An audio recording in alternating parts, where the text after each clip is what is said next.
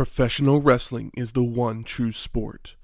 Other sports have their share of intense, dramatic moments, but nothing can compare with professional wrestling.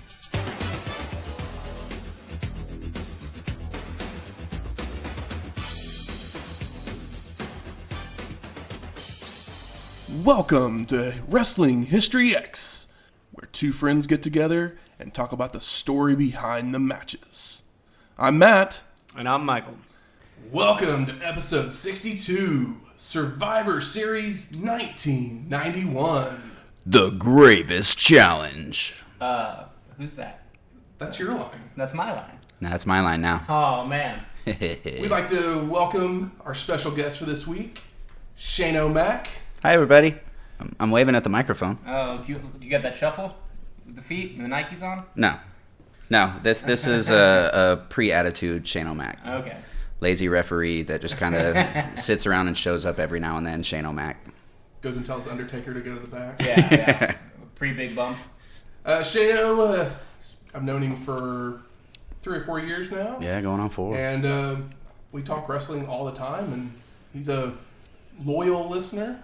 From what I understand. Yeah, since the beginning, week to week to week to week, even on shows that I've never seen before, which there aren't too many of them. Now you don't have to watch them. Well, no, all the mainstream ones I've seen. It's the New Japan or All Japan or whatever it was back in the day, Japan, that I'm catching up on or starting to familiarize. Maybe?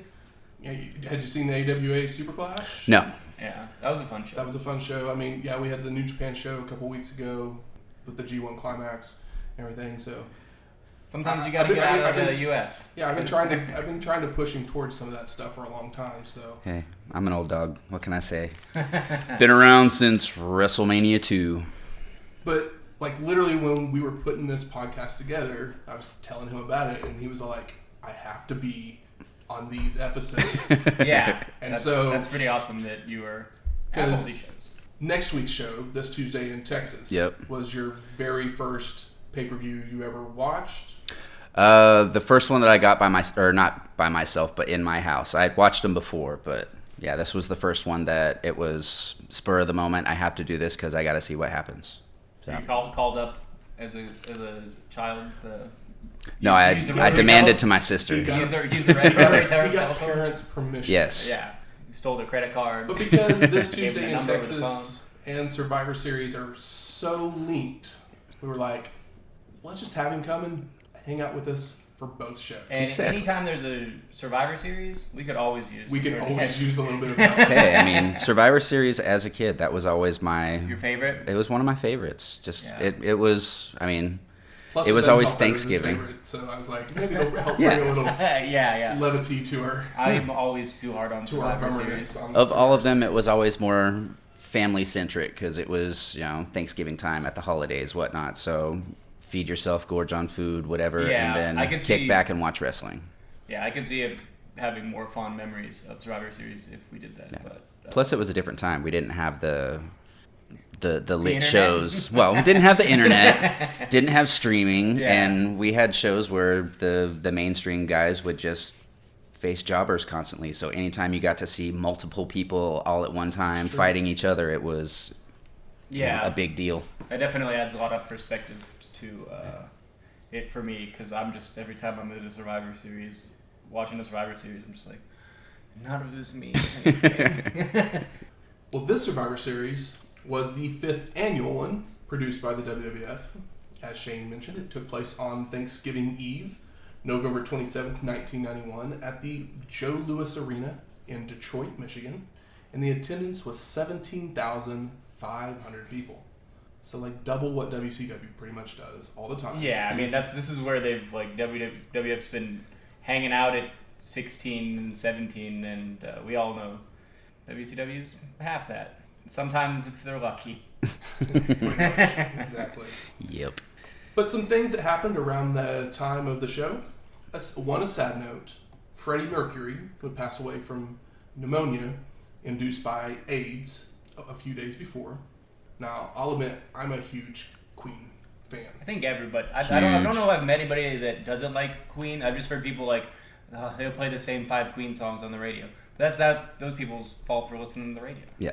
Not everybody is a huge Queen fan, but everybody at least has a favorite Queen song, it seems. Oh, yeah. That's a good way to put it. So we're going to name our favorite Queen songs, right? That's rough.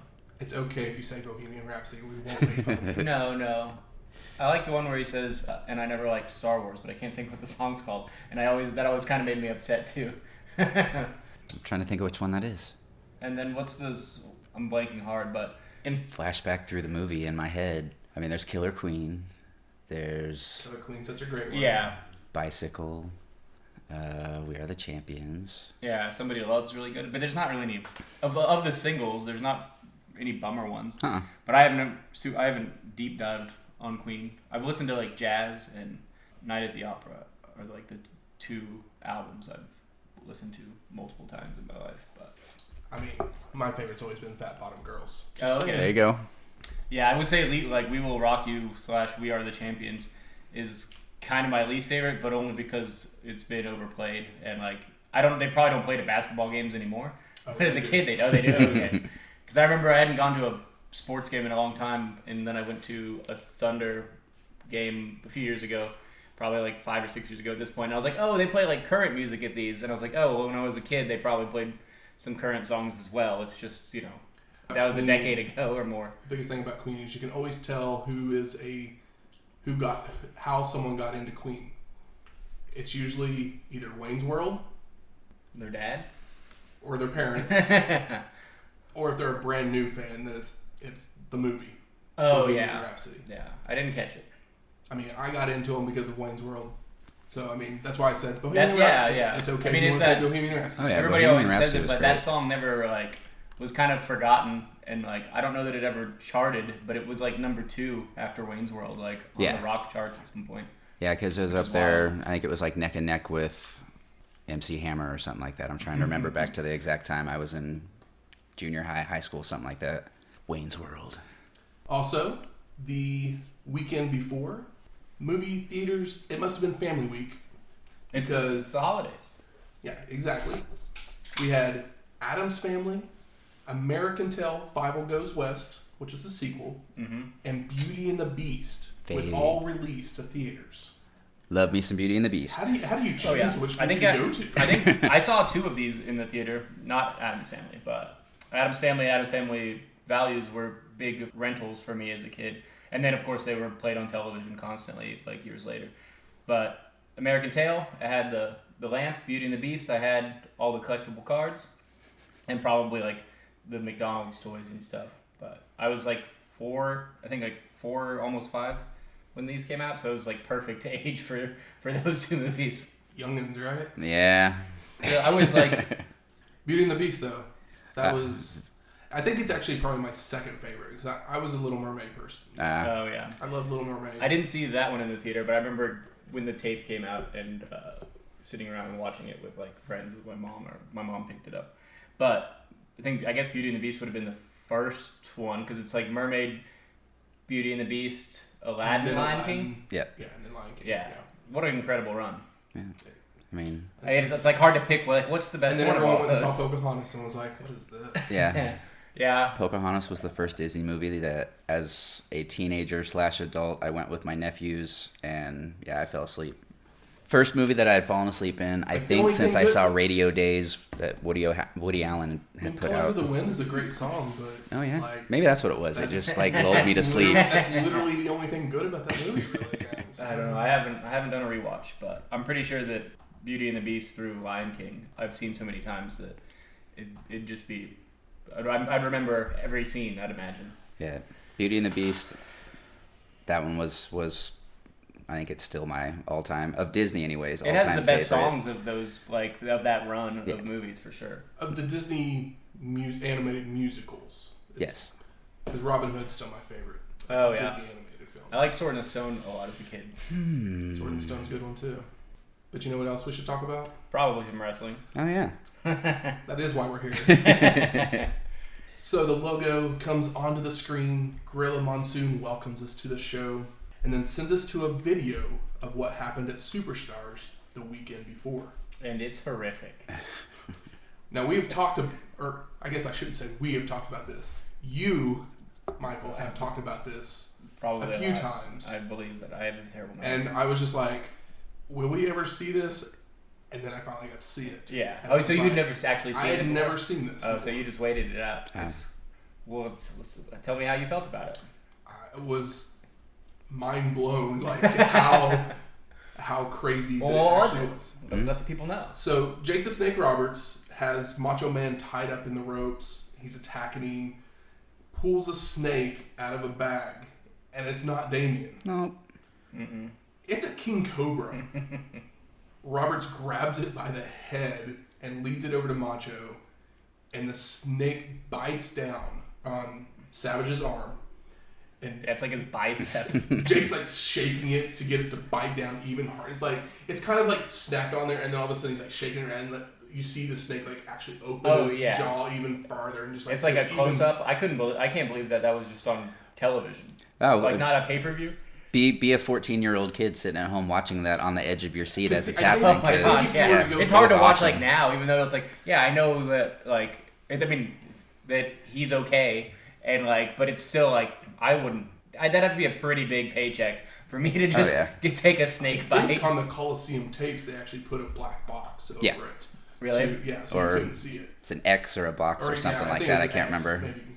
But good old Coliseum home video. We basically see blood coming out of those bite marks. Roddy Piper comes running down from the announce table, and then all of a sudden Miss Elizabeth comes running down with very piped in screams over the on the tape, because they're definitely not that loud. And Jake's not letting Macho go, just using the snake to keep everyone out of the ring. Savage finally gets up and he's like just swinging wildly at Roberts, like, because the venom, the venom driving going straight to the brain. Exactly. Coursing through his veins. Dementia. We see little kids at ringside crying. It was a very visceral moment. Oh yeah, and that perfectly just perched snake in the middle of the ring, just it's like it could not have gone any better. It's like this is what we're gonna do. It sounds like it could be a disaster. It's like, well, it's exactly the disaster they probably wanted. As good as the dog was on Frasier, it's like the same person trained this snake to be prepared for the camera. Piper then finally jumps up into the ring to drag Savage out and onto a stretcher, and they rush him to the back. We then go to WWF President Jack Tunney, who states that due to the medical condition, he cannot allow Macho Man to participate in the Survivor Series, and he accepts Robert's explanation that it was an accident. Fuck you, Tony. I can say that, right? Yeah. Woo! So then Tunney bans all reptiles from ringside and furthermore reinstates Savage. Yeah, like the only other reptile is the Komodo dragon, or was that WCW? Ricky Steamboat's Komodo dragon's the only other reptile we've ever had. Yeah, It's just funny to say all reptiles. Like Jake's gonna start coming out with like iguanas. Snapping turtles. Yes, that's. And then basically Tunney tells us that the two men are going to have a match at this Tuesday in Texas. And I was like, so we're plugging the next show before this show even starts. Yeah, this whole show is a commercial for a show 2 days later, which is kind of amazing. But then he also states that because of that, Jake will not participate in tonight's Survivor Series. So the match he was going to be in is now a 3-on-3 instead of a 4-on-4. Yeah, but it's pretty genius to use all this to set up this Tuesday in Texas. Yes. Yeah.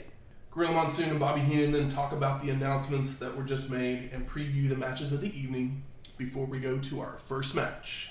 The $1 Million Man Ted DiBiase, the Mountie, the Warlord, and Nature Boy Ric Flair Bumps me out.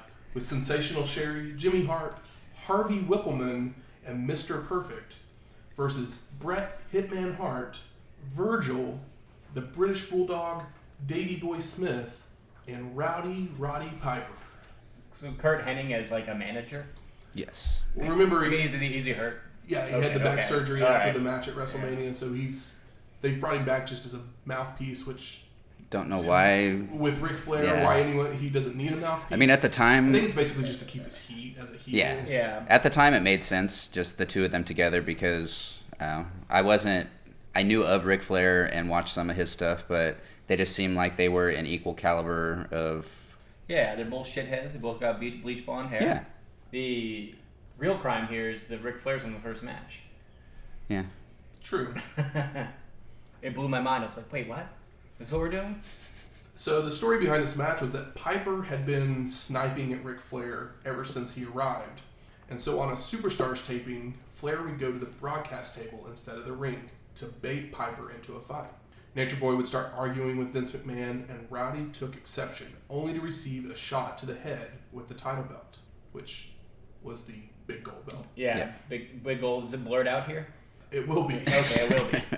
A brawl would break out, with Vince even getting an accidental wooden chair shot from Piper. Even Vince getting into the action in 1991.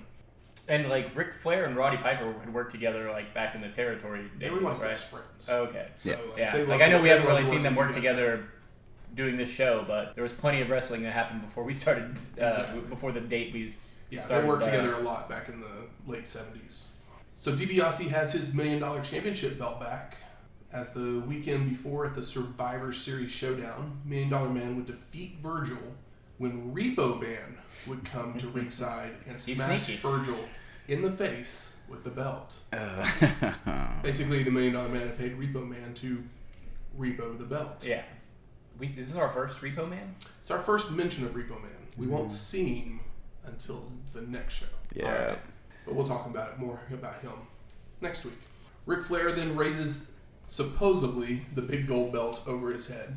Wait, what is it? It's But not the big gold? WWF blacked it out as WCW had sued them over the use of it. So the actual belt he's holding up, do you know? I do. It is the World Tag Team Championship. That's right. That's funny. Because it's going to be blacked out anyway, so why bother using the real deal? Exactly. Which, Isn't this if it's going to be blacked out anyway, why not use the real deal is what I was thinking as I was watching it. That's actually true as well. That is very true. Isn't this around the same time, like, there's that lawsuit, but isn't this around the same time that the steroid stuff starts going down? I Steroid believe stuff so, yeah. does happen here very soon. Yeah, within, like, before January. It's right around then. Okay. Because when we get to Royal Rumble, we will have a bunch of, and this is the last time we see this guy Okay. because of the steroid stuff. Well, that'll be interesting. So the match, Piper keeps pointing to Flair, but DiBiase starts it off instead. And the two men are just kind of staring at each other until Nature Boy comes with a kick from behind. Roddy is tossed to the ropes, ducks a $1 Million Man clothesline, and comes back with one of his own, picking him up and crotching and bouncing him on the top rope. DiBiase reaches out to Sherri just as Piper drags him back to the middle, so Sherri is brought into the ring as well. Sherri's always getting physical in these matches. Yeah, I mean, like, if there was a women's division at this point, you know Sherri would be the most incredible heel. Because she could wrestle. She trained with Moolah, I believe. She was the last champion, I think, that we covered. I believe so, yeah. Yeah. I always had bigger hopes for Sherri as far as the women's wrestling went. Yeah. I wanted her. I mean, she should have been the Moolah of the modern day, and they There just wasn't kind of enough pushed her on women's the wrestling, background. Yeah. But I'm always excited to see her. Roddy begins to stalk her to the corner when $1 Million Man comes from behind, but Piper turns in time, which allows Sherri to jump on his back. Roddy then calmly sets her down, kisses her, while DiBiase gets back up and Piper lays in quick jabs. Everybody's tagging in, working on the arm of $1 Million Man until Hitman is pushed back to a corner, but he reverses an Irish whip and charges in with a knee, but DiBiase moves. $1 Million Man with a twisting leg hold when Hart kicks him off into the turnbuckle. He bounces back out into a monkey flip, sunset flip type move that puts Brett on top for a pin, but is reversed into a sit-out pin by DiBiase, which is reversed into a jackknife pin by Hitman for a 2 count. That's the kind of spots that I like. Back to back to back. Yeah. I Give me mean, some fun, interesting pins. if you remember last year at Survivor Series, $1 Million Man and Bret Hart had the most incredible last 5 minutes of that match. Very true. Yeah. So these two guys have good chemistry. I feel like I never get enough, like, $1 Million Man just, like, work rate. Because, like, I know he can do it, but he's doing the heel thing. Like, Yeah. The gimmick does not allow for him to just, like, get down and dirty. We get an arm drag takedown by Hart, but $1 Million Man tosses Bret to the ropes to hit a hip toss. Flair comes in, goes for an elbow drop, but Hitman moves and hits a headbutt, an inverted atomic drop. Bulldog with a teeter-totter slingshot into the turnbuckle, which brings out the Flair flop. How many times does Flair flop in this match? Flair flop. There's something that, like, the Flair flop feels so much cheesier here, but maybe it's just because it's the WWF. But for some reason, it just feels a little bit more corny than it does.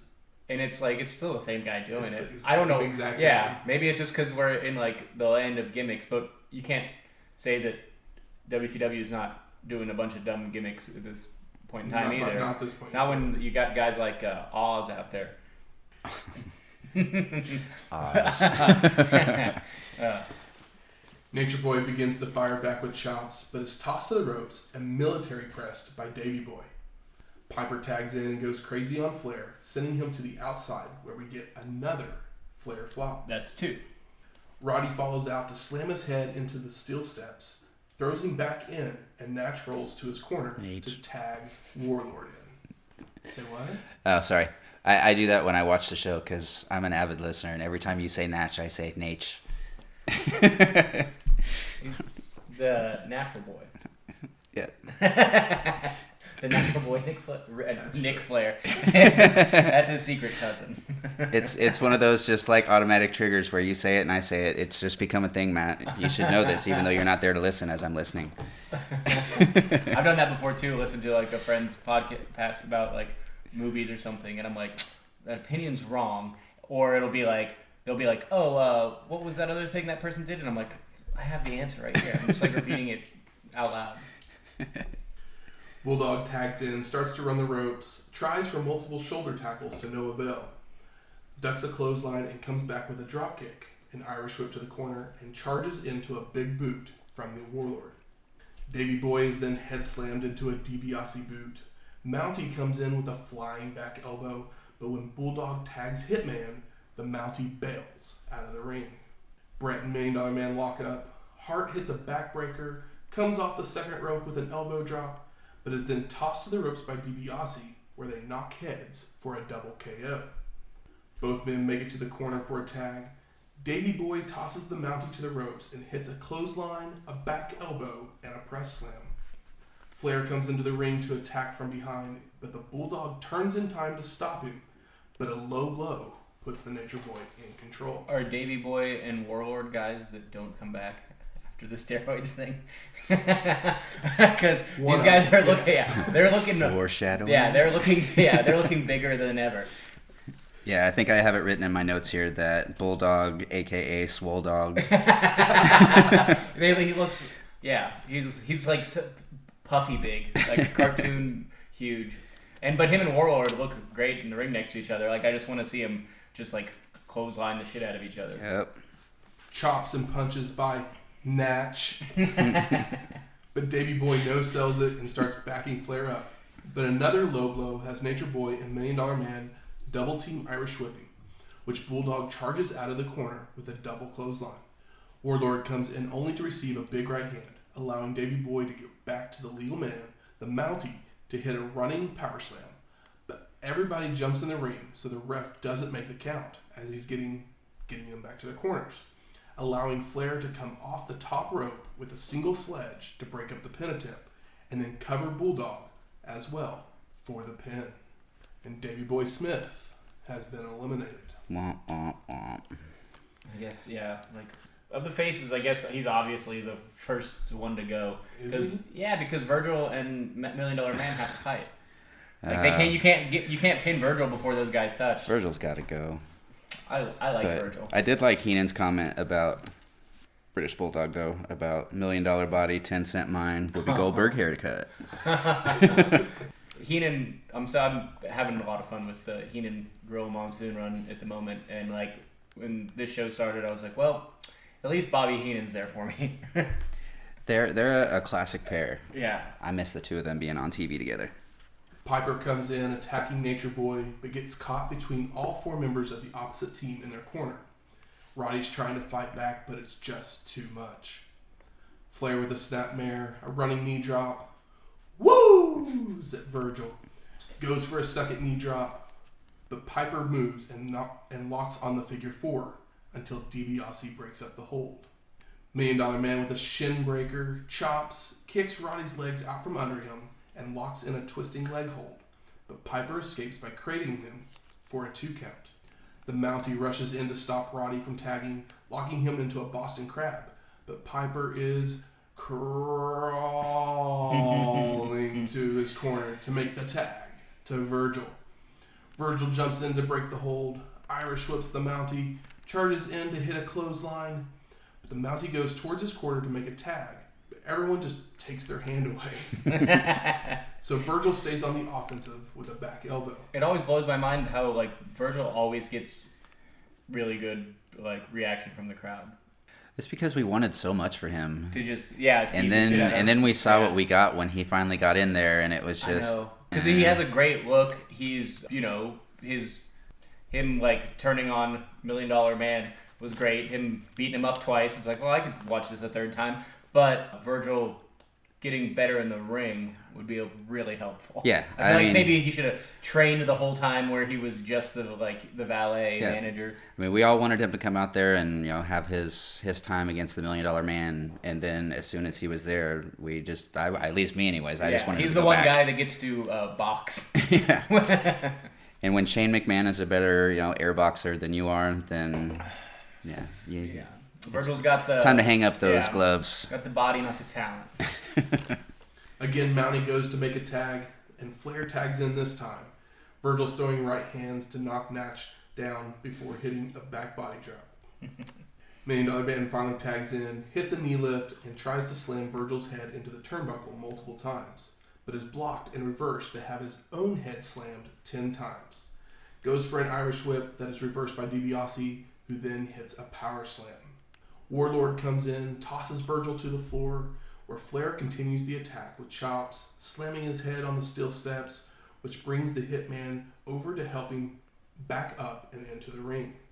Warlord slams Virgil's head into the turnbuckle, a clubbing forearm across the back, and locks on the full Nelson until Hart comes off the top rope with a right hand to break up the hold. Piper then makes the cover for the pin, and the Warlord is eliminated. See ya. Seeing Piper pin the Warlord. I mean, it makes sense because Roddy Piper is definitely more famous than Warlord. Yeah. But Warlord is twice the size of Roddy Piper, easily.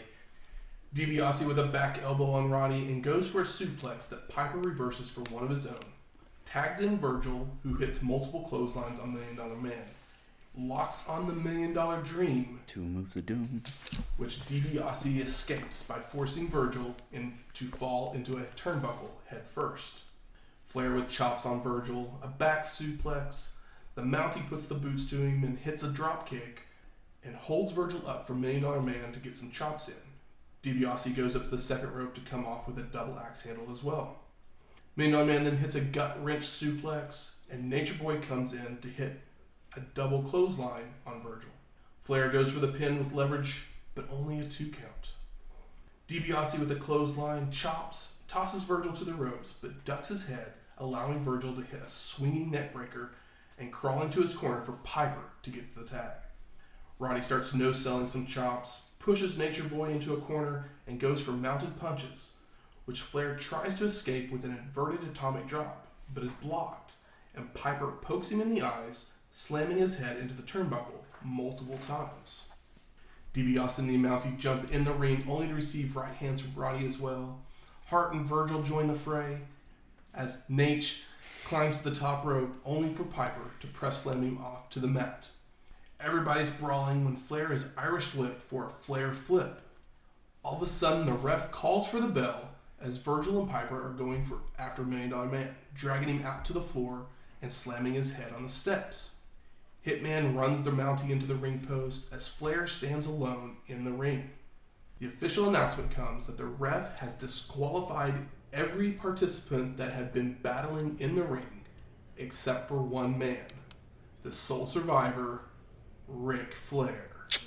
Yeah, cool. So why didn't Ric Flair just get to pin some guys? Wouldn't that be a good way to kind of get over one of the greatest wrestlers of all time? You'd think, but did he even get a pin in this? No. Piper pinned Warlord. Flair pinned Davey Boy. That's right. Okay, he got one pin, but it was I mean, I don't want to see him pin the IC champion or anything, but no, he could have pinned Virgil. Yeah. Definitely could have. Virgil could have been pinned. Mountie could have been pinned. Mountie definitely needs to be pinned. But he's handsome and brave and strong. What do you mean? Post-match, Roddy jumps back in the ring to attack Nature Boy, sending him over the ropes to the floor with a big right hand. $1 Million Man then jumps in the ring, only to be thrown right back out by Piper. We see Brett and Mountie have made their way back into the ring as well. They're still brawling, and Roddy joins up with Hart for a double toss to the ropes and look to go for a double clothesline, but the Mountie holds on and escapes back to the locker room. Cool. Yeah. It's my Survivor Series issues. It's like, there was some fun stuff here, but... It would have been better as a tag team match. Yeah. Like just a Roddy a normal tag and match. Roddy Hitman and Brett versus against Mountie and Flair. Flair and DiBiase. Give me those 4 and I'd be happy. But it was Mountie that had the feud with Brett. So. Yeah, it's like we don't need another Roddy Virgil team up, but no. If Virgil's still here, all he's got is people still want to see him beat up $1 Million Man. Yeah. It's because because that is still over, but what do you do with Virgil after that? It's not like he's like who's gonna carry him through a match? You're not gonna give him to Bret Hart. It just doesn't make any sense.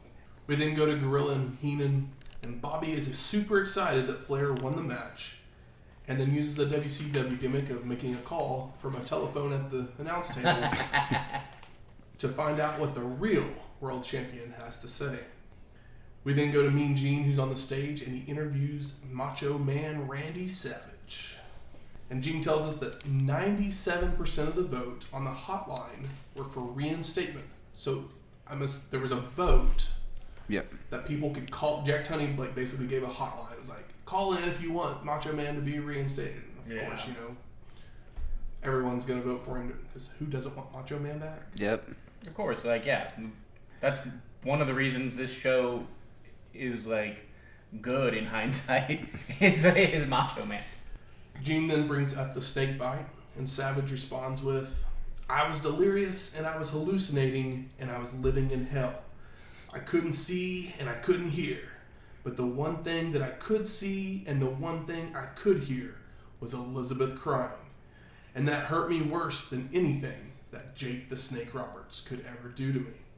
I wonder if Tunney realizes who the real Snake is. It's you, Roberts. It's always been you. This Tuesday in Texas, the madness is going to be all over you like melting butter.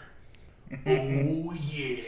And this is the time period where I think this is maybe around the time that the Slim Jim ads start, but this is the gear that he's starting to wear, where it's the super bright neon with the fringe, which is most people remember. Yeah, either that or the black and white later in the 90s. But this is, he always has an amazing look, but this neon one, I was like, oh yeah, this is total beef jerky commercial. Yeah, I want to say those kicked in around, I think it was 92-ish. Yeah, so. He got the deal right as he left. Oh, was it? WWF and to WCW. Okay, so I guess it was 93, 94? Yeah, it was, so we're still a few years away from the Slim Jim commercials.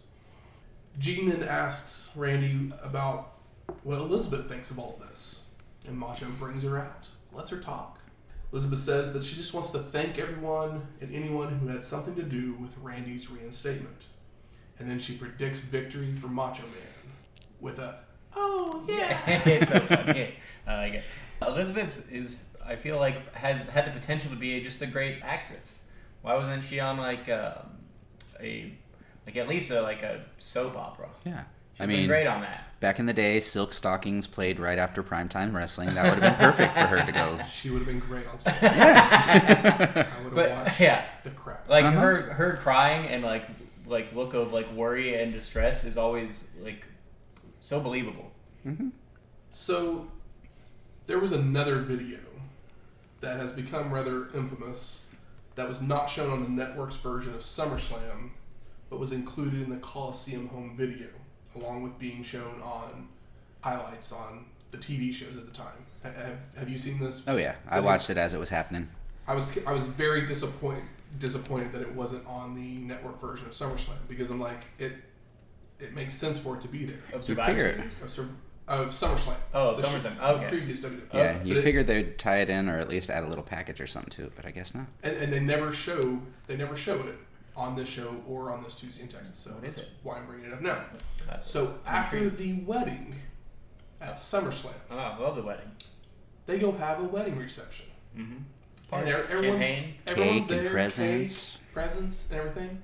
Oh, this would make Elizabeth opens up one of the gifts. It's a fucking snake, huh? And it's a fucking snake. That rules. Why did they not use that? It would make this so much better, and this is already incredible. Yeah, that's crazy. But then after Jake Roberts and the Undertaker both crash the reception, mm-hmm. and then Sid Justice shows up with a chair to clear the bad guys, basically.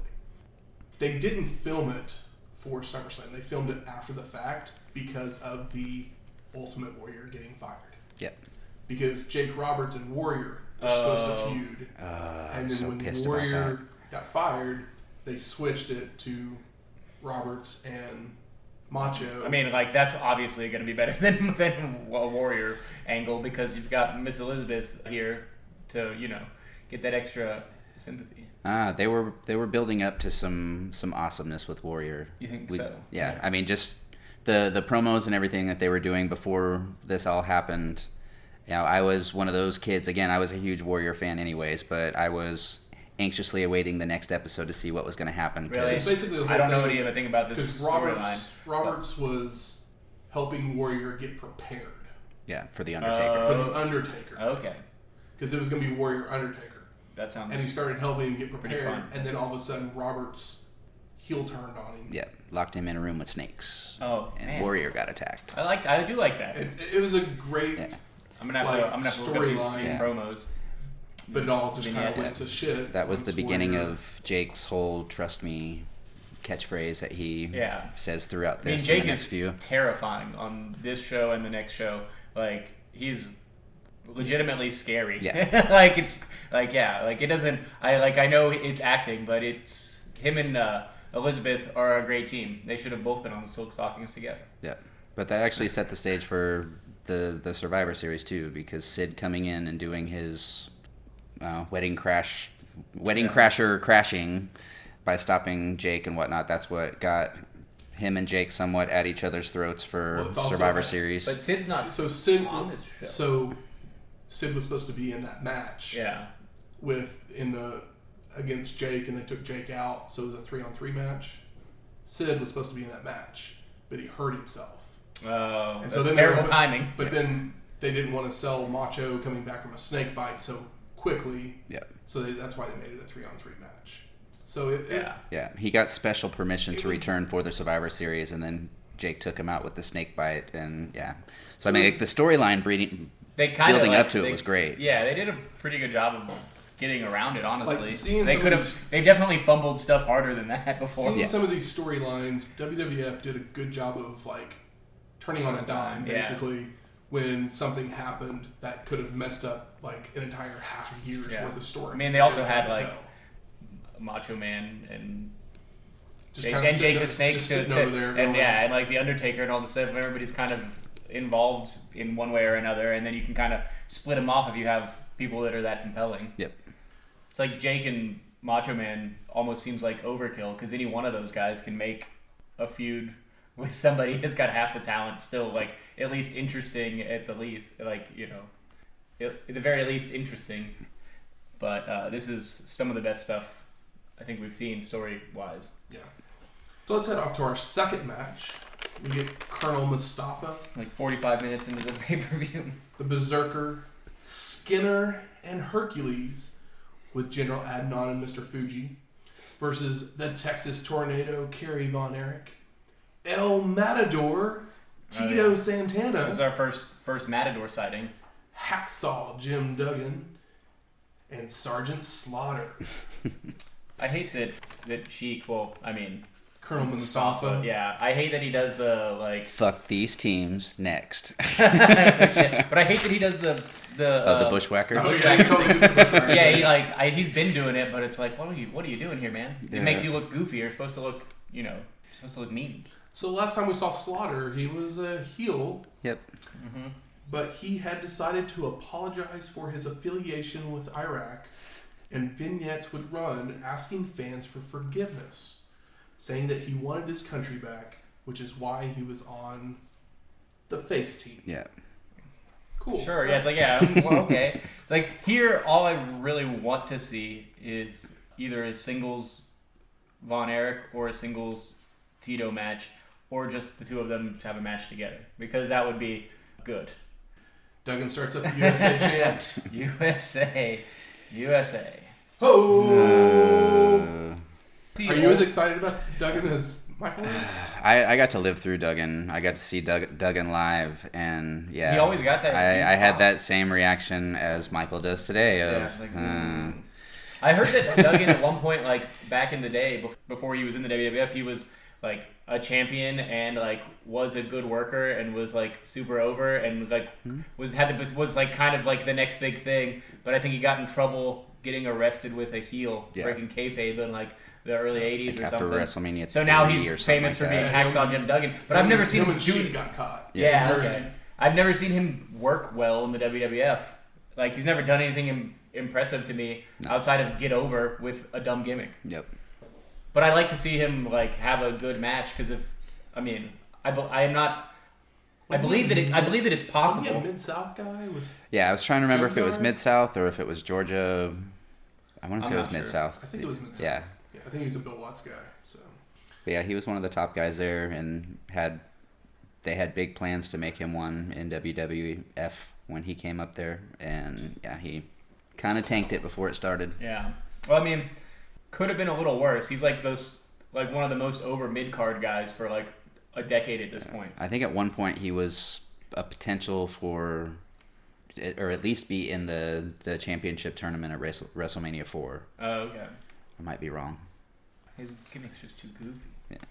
But I mean, the Undertaker's goofy in hindsight. At this point, the Undertaker's gimmick scary. is pretty goofy. Mm-hmm. Yeah, but it's like, but it's also, I mean, it's the kids. The kids are scared. Some of the kids are scared, not all of them, but you know. So this match gets going with Skinner slapping Santana, only to receive a clothesline in retaliation. Wait, Skinner's not in any of the Hall of Fames? We haven't seen him before.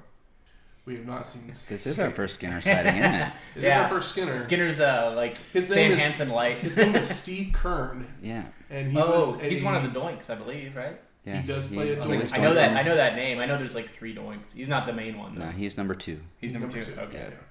And probably working like house shows when they were doing like B and C shows.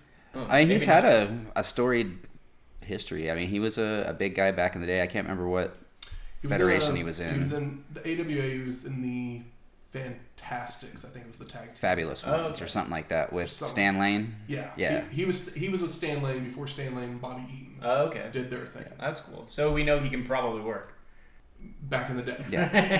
He's probably about 10 years past when he was a good worker at this point. Skinner slaps Santana only to receive a clothesline in retaliation to start us off before the Matador starts running the ropes. Skinner with a leapfrog, but Tito comes back with a flying forearm to send Skinner to the floor. After regrouping for a moment, Skinner is back in, tossing Santana to the ropes, missing a clothesline and a back elbow, and Tito comes back with a body press, but Skinner ducks. Berzerker goes up to the second rope, coming off with a stomp, which the Matador rolls away in time to make the tag to the tornado. Von Erich's tossed to the ropes, ducks a clothesline, holds onto the ropes while Berzerker goes for a dropkick. The Texas Tornado then goes to knock Skinner and Hercules off the apron, but Berzerker hits him from behind with a double axe handle.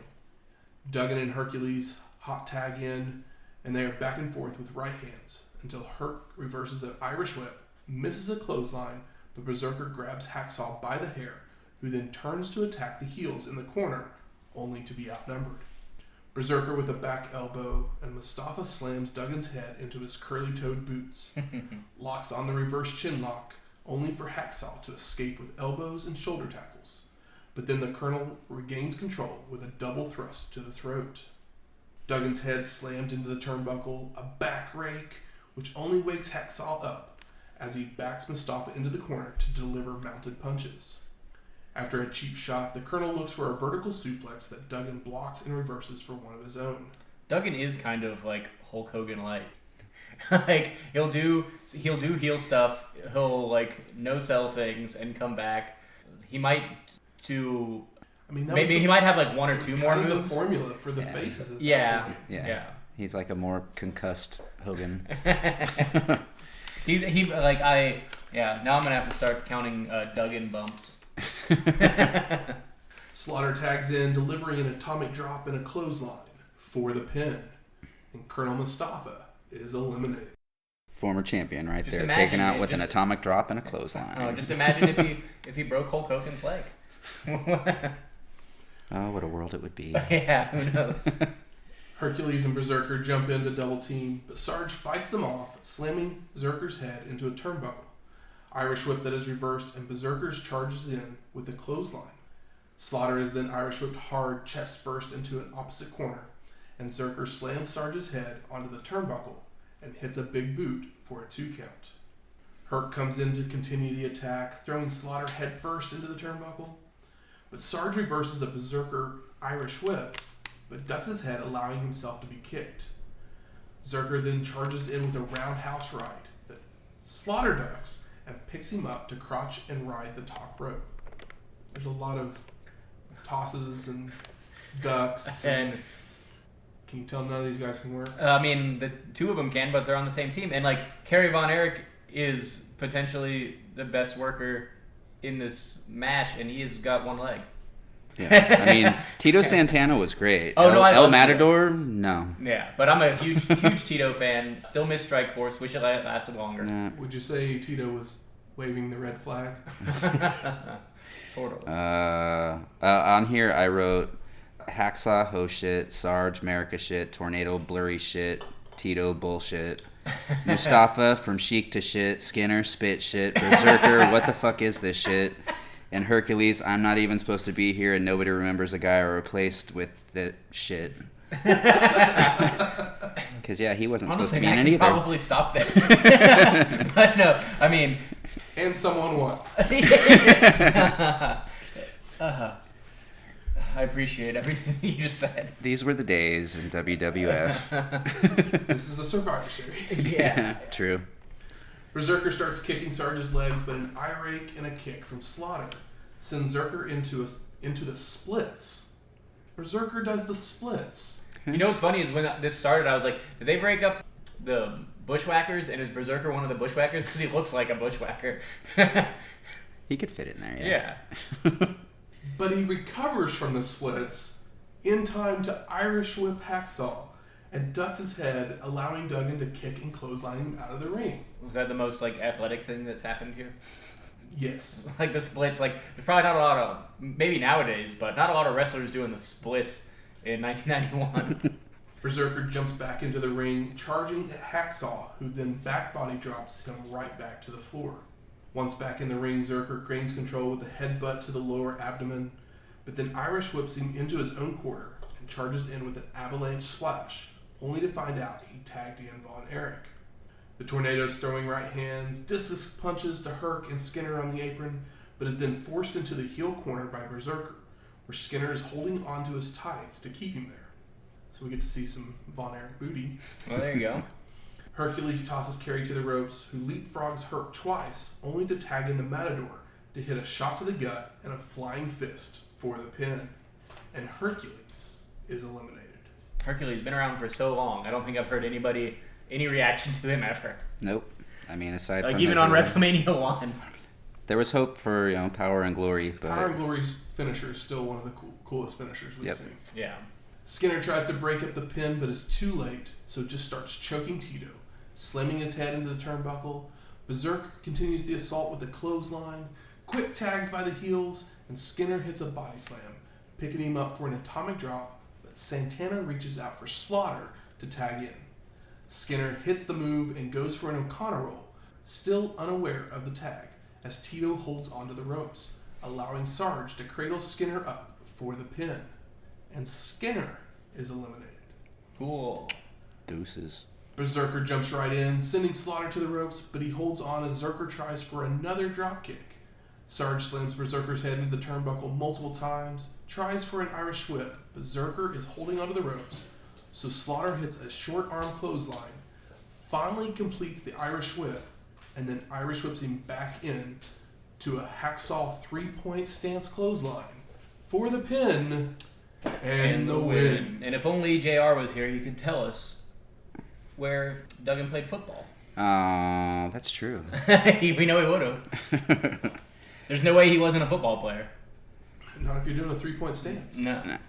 So Texas Tornado, El Matador, Hacksaw Jim Duggan, and Sergeant Slaughter are your survivors. That's pretty crazy that everyone survived.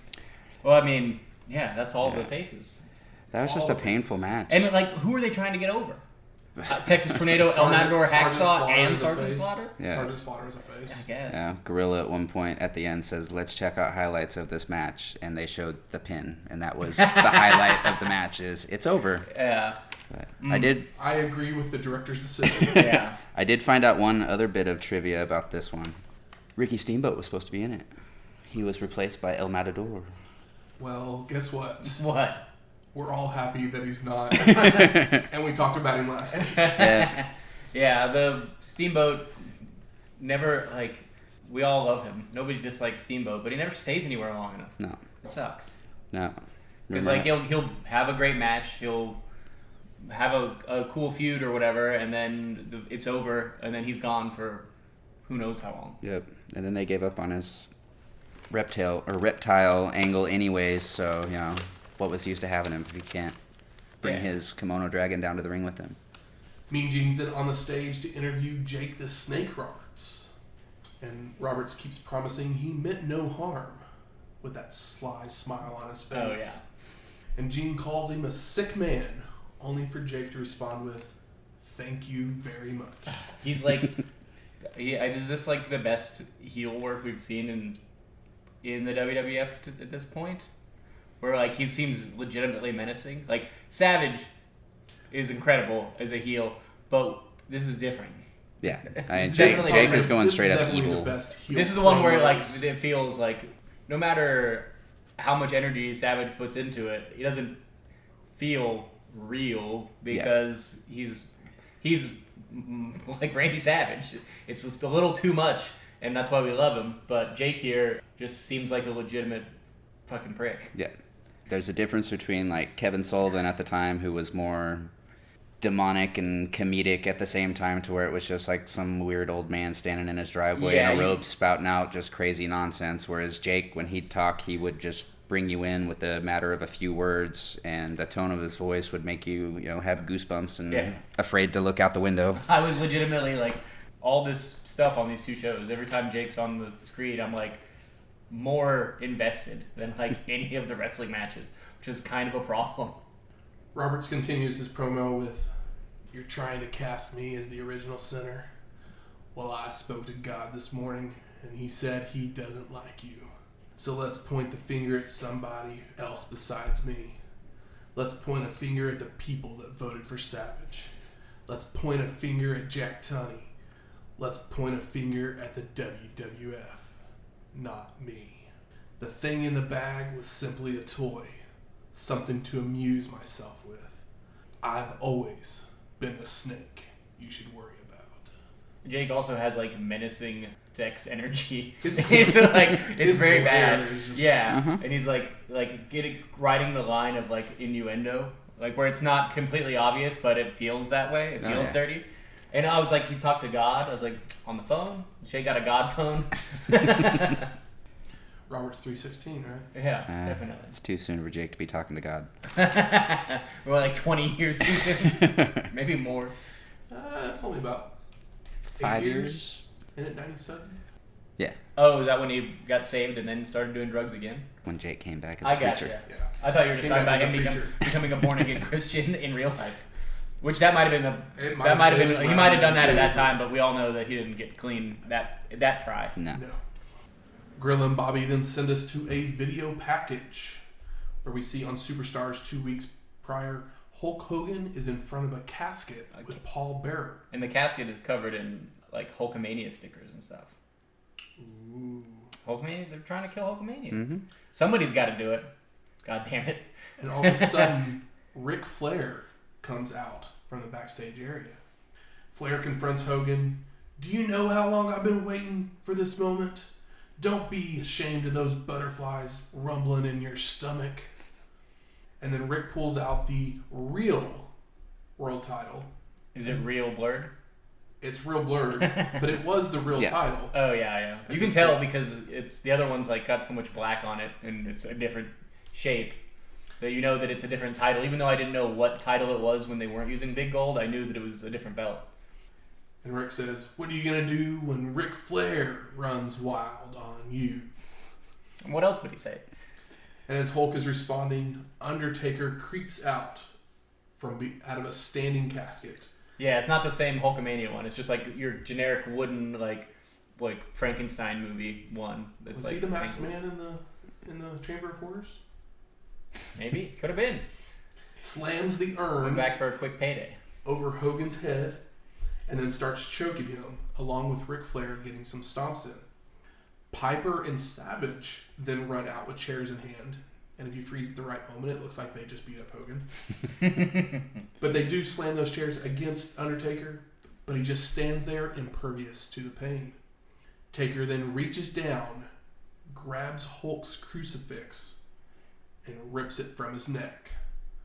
Very reminiscent of Andre the Giant. Yeah, but I was like, ooh, this is getting extra spooky. Mm-hmm. They're bringing his faith into this, and they like, you know, the crucifix is like no longer part of the actual chain of the necklace, and it's just like laying on Hulk's chest, and they like zoom in on it real good. And I'm like, it's a little heavy. At least have Taker react like it's burning him or something. Oh yeah. I mean, he's not a vampire. But he's the dead man. So like maybe he's not. He's like. Are they calling him the dead man yet? He's technically not the dead man. Yeah. I say the dead man sometimes just because everyone knows who I'm talking about. Yeah. He's trying to remember. Did the dead man come after Yokozuna?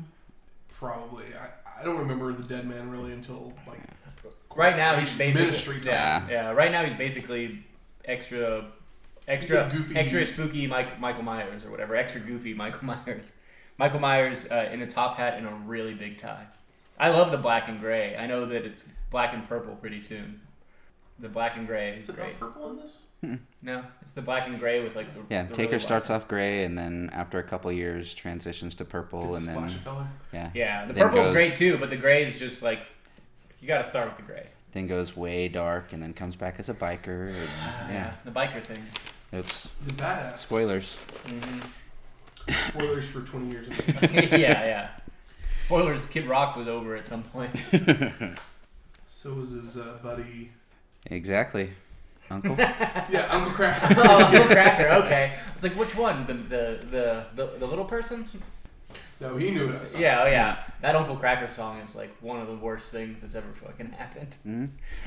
I mean, I'll never forgive Kid Rock for Uncle Cracker, just like I'll never forgive Usher for Justin Bieber. Oh. I'll take Justin Bieber. Yeah, I said it, world. You can submit all those complaints to. Yeah, and we're gonna dox you, Shane. Email address. So we head off to our third match: The Undertaker with Paul Bearer versus Hulk Hogan. And this is where we do the spit take or the record scratch. That's what happened when I found out that this was the next match for the WWF Heavyweight Championship. The gravest challenge. Yeah, but you're gonna tell me that they have an actual main event later? They must. If we're gonna put the championship match as the third match. I know. Right? I feel like obviously something is planned. Yeah, this is just like right? Hulk stuff, right? Where it's like, oh well, if what's gonna happen is gonna happen. It's not happening at the end of the show, because maybe we'll only get 5 minutes of posing instead of 15. So this would be the first singles match in Survivor Series history. And I was excited about that part of it for sure. So Hogan comes down to the ring, and there's a casket set up at ringside, and he just pushes it over onto the floor. Yeah, just, because I'm Hogan, I guess. They get into the ring, and Taker pushes Hulk back into the corner and charges in for a clothesline that Hogan sidesteps. Hulk is tossed to the ropes, ducks a clothesline, but comes back for Undertaker to hit a shoulder tackle, and Hogan rolls out to regroup. Taker with a chokehold pushes Hulk back to a corner and starts delivering right hands. More chokes. Paul Bearer even gets into the action with a choke while the ref is distracted. I love at the beginning of this match, Gorilla Monsoon is like, putting it over when they're still like, haven't touched yet. And he says something about both men being approximately the same size, which I thought was very, very funny. Because, obviously the Undertaker is quite a bit taller. A little bit. Body slam by the Undertaker, goes for an elbow drop, but Hogan moves and gets a second win to hit some right hands. A clothesline, but Taker doesn't go down, so Hulk tries for a body slam, but the dead man can't be lifted. Multiple eye rakes, an axe bobber from Hogan, chops, slams Taker's head into multiple turnbuckles, and hits a clothesline to send the Undertaker over the top rope to the floor, where he lands on his feet. Yeah, that was a real cool spot. This is an agile Taker. The dead man then grabs Hulk by the feet, dragging him to the outside, and slams his head into the steel steps, begins choking him with a TV cord, while Bearer distracts the ref. Back in the ring, Undertaker continues the attack with more chokes, and Paul Bearer again joins in. Earn chops, earn slams. There's a fan in the background that's trying to get the crowd going for Hogan. Oh, was that the guy dressed like Hulk Hogan? He's dressed like Hogan. Yeah. Is that the same guy that dresses Hogan for all those years, or? Probably. I'm wondering if this is the first sighting of the extreme Hogan fan. It could be. He's pretty extreme, as we'll find out later. He means it. But I was like, because later on, even today on WWF, there's those crowd guys. There's the hat guy from ECW, and now there's the green shirt goatee guy that's been at every single WWF event in the front. And I just can't think. It's how much money does this guy have? And can he get a different T-shirt? It's kind of like the Marlins guy in baseball games. Oh yeah. He's front row for every World Series game, every playoff game. It's just he's flying all across the country, buying front row. I'm just My favorite one is there's a middle-aged Japanese lady that goes to sumo matches, but she kind of looks like Susan Sarandon, and people refer to her as Sumo Sarandon. You'll see her once we get Basho's back, but it's pretty great. Sumo Sarandon is a real one. She's not always in the same spot, but you'll catch her. She's in at least the front, the stuff that the camera can catch. Yeah, and that's just what people named her on Reddit. I'm pretty sure the Japanese are not calling her Sumo Sarandon. Taker looks to have locked on the claw, taking Hogan down to the mat for multiple 2 counts. He is a dead man from Texas, and you have to be from Texas to do the claw, otherwise I don't accept it. That's a good point. It seems that Hogan is passed out, but he begins to Hulk up, removes the claw, multiple kicks to the breadbasket, and comes off the ropes with multiple shoulder tackles that knock Taker back to the ropes. And Undertaker comes back with a flying clothesline. Taker picks up Hogan for the tombstone piledriver, but Hulk stands right up. Don't like that. Multiple right hands. Finally gets Taker to a knee for a second, and then gives an eye rake and calls for the body slam. Ric Flair is then shown walking down to the ring as Hogan hits the body slam, goes to run the ropes, but Paul Bearer slows him up, and Hulk is distracted while the dead man stands up. Hogan's then distracted by Flair over the timekeeper's table, and so he rolls out to the outside to lay out the Nature Boy. Back in the ring, Hulk tosses Undertaker, hits the big boot, and goes to run the ropes for the leg drop. But again, Bearer grabs at his foot to slow him up, and Hogan's dragging Paul up onto the apron when Taker comes from behind with a right hand and a tombstone piledriver onto a chair that Flair has placed in the ring for the pin and the win. And new! Hey, it's my first and new. Yeah, it was really hard to do, not in person. I was ooh. So they're, it's probably at least comedic. But I got so nervous with the leg drop. Didn't you? I mean, you probably knew it was going to happen. I had a feeling what was going to happen, but good wrestling is when you know what's going to happen, but you get dragged in anyway. Does anyone else feel like they botched the ending of this match? I think that he got hurt on that pile driver. Grabs his foot the first time. I think that Paul thought that they were going to the finish then. Because they literally repeat the same exact thing, like literally a minute later. That is weird.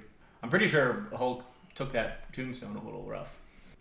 He deserved it. I mean, I don't want to see anybody get dropped on their head, but he if most anybody's definitely going to get dropped on their head, Hogan, it's like karma. It's like if you refuse to do so many bumps. Like he most definitely didn't get dropped on his head though. If you watched, it's clearly there's a good 6 inches there, but supposedly he bumped his shoulder or locked his neck or something on Taker's knee on the way down. Or I mean, he definitely probably hadn't taken a tombstone in a long time, unless they've been working house shows. Probably ever. Yeah. But if they were working house shows, Hogan was still probably getting over. They were probably doing a version of this match. Probably doing a bunch of double counts and disqualifications. Yeah. It's like everything but that happened here but the finish. So post-match, the officials come out to check on the Hulkster in the ring, and Gorilla is worried that he may have broken his neck, while Heenan's loving every moment of it, including making fun of kids crying in the crowd. It's like, but you know who else is crying? Michael Temple wasn't crying. Definitely not. No, the Hulk guy. We were just talking about. He's like wiping. He's wiping his eyes and like doubled over like on the steel barricade. I was like, man, this guy's definitely an adult. So it's like that's a weird. That's a like. I mean, a movie will get me every once in a while, and I know that's fake, but Hulk Hogan, the biggest mark of all. that guy. Yeah, he's got it on tape for the rest of his life. Hogan finally gets up and out of the ring and slowly makes his way back to the locker room. Yeah, he really does milk it, which is good for Taker. I mean, he's too hurt to pose, so walk slowly to at least soak up those extra few seconds of camera time. But everyone heard the cheers, right? Yeah, Taker did get cheers. Like, I mean, Hulk is definitely still more over, but there are people that are over Hulkamania at this point, and it is pretty apparent. Top 3 of them right here. Like, I definitely was at that time already, so. Yeah. We go to the back, Mean Gene's there, and he can't believe that the Undertaker's champion now. And then I can't believe it wasn't the main event, for fuck's sake. Jesus. I'm so mad about that. At least, like, if you want to get Taker over, like, you're giving him a belt, that's one thing, but why would you not make it? What would make you want to watch this Tuesday in Texas even more if this is not the initial? Here's the spoiler for the main event. Vince McMahon likes to send his crowds home happy. Taker was the heel. Some of the crowd was happy. Taker was the heel. I know. Yeah. I mean, I know this is a face territory, but wholesome family holiday fun. Gotta be happy ending. Roddy Piper then shows up and says anything can happen at the Survivor Series, and makes the analogy of Undertaker becoming champion like David Duke becoming president. Yeah, that's pretty wild. I was like, did he say David Duke? It's like, yeah. He was in the running for president at the time. Oh, I guess, yeah. I wasn't aware of that. I mean, that was...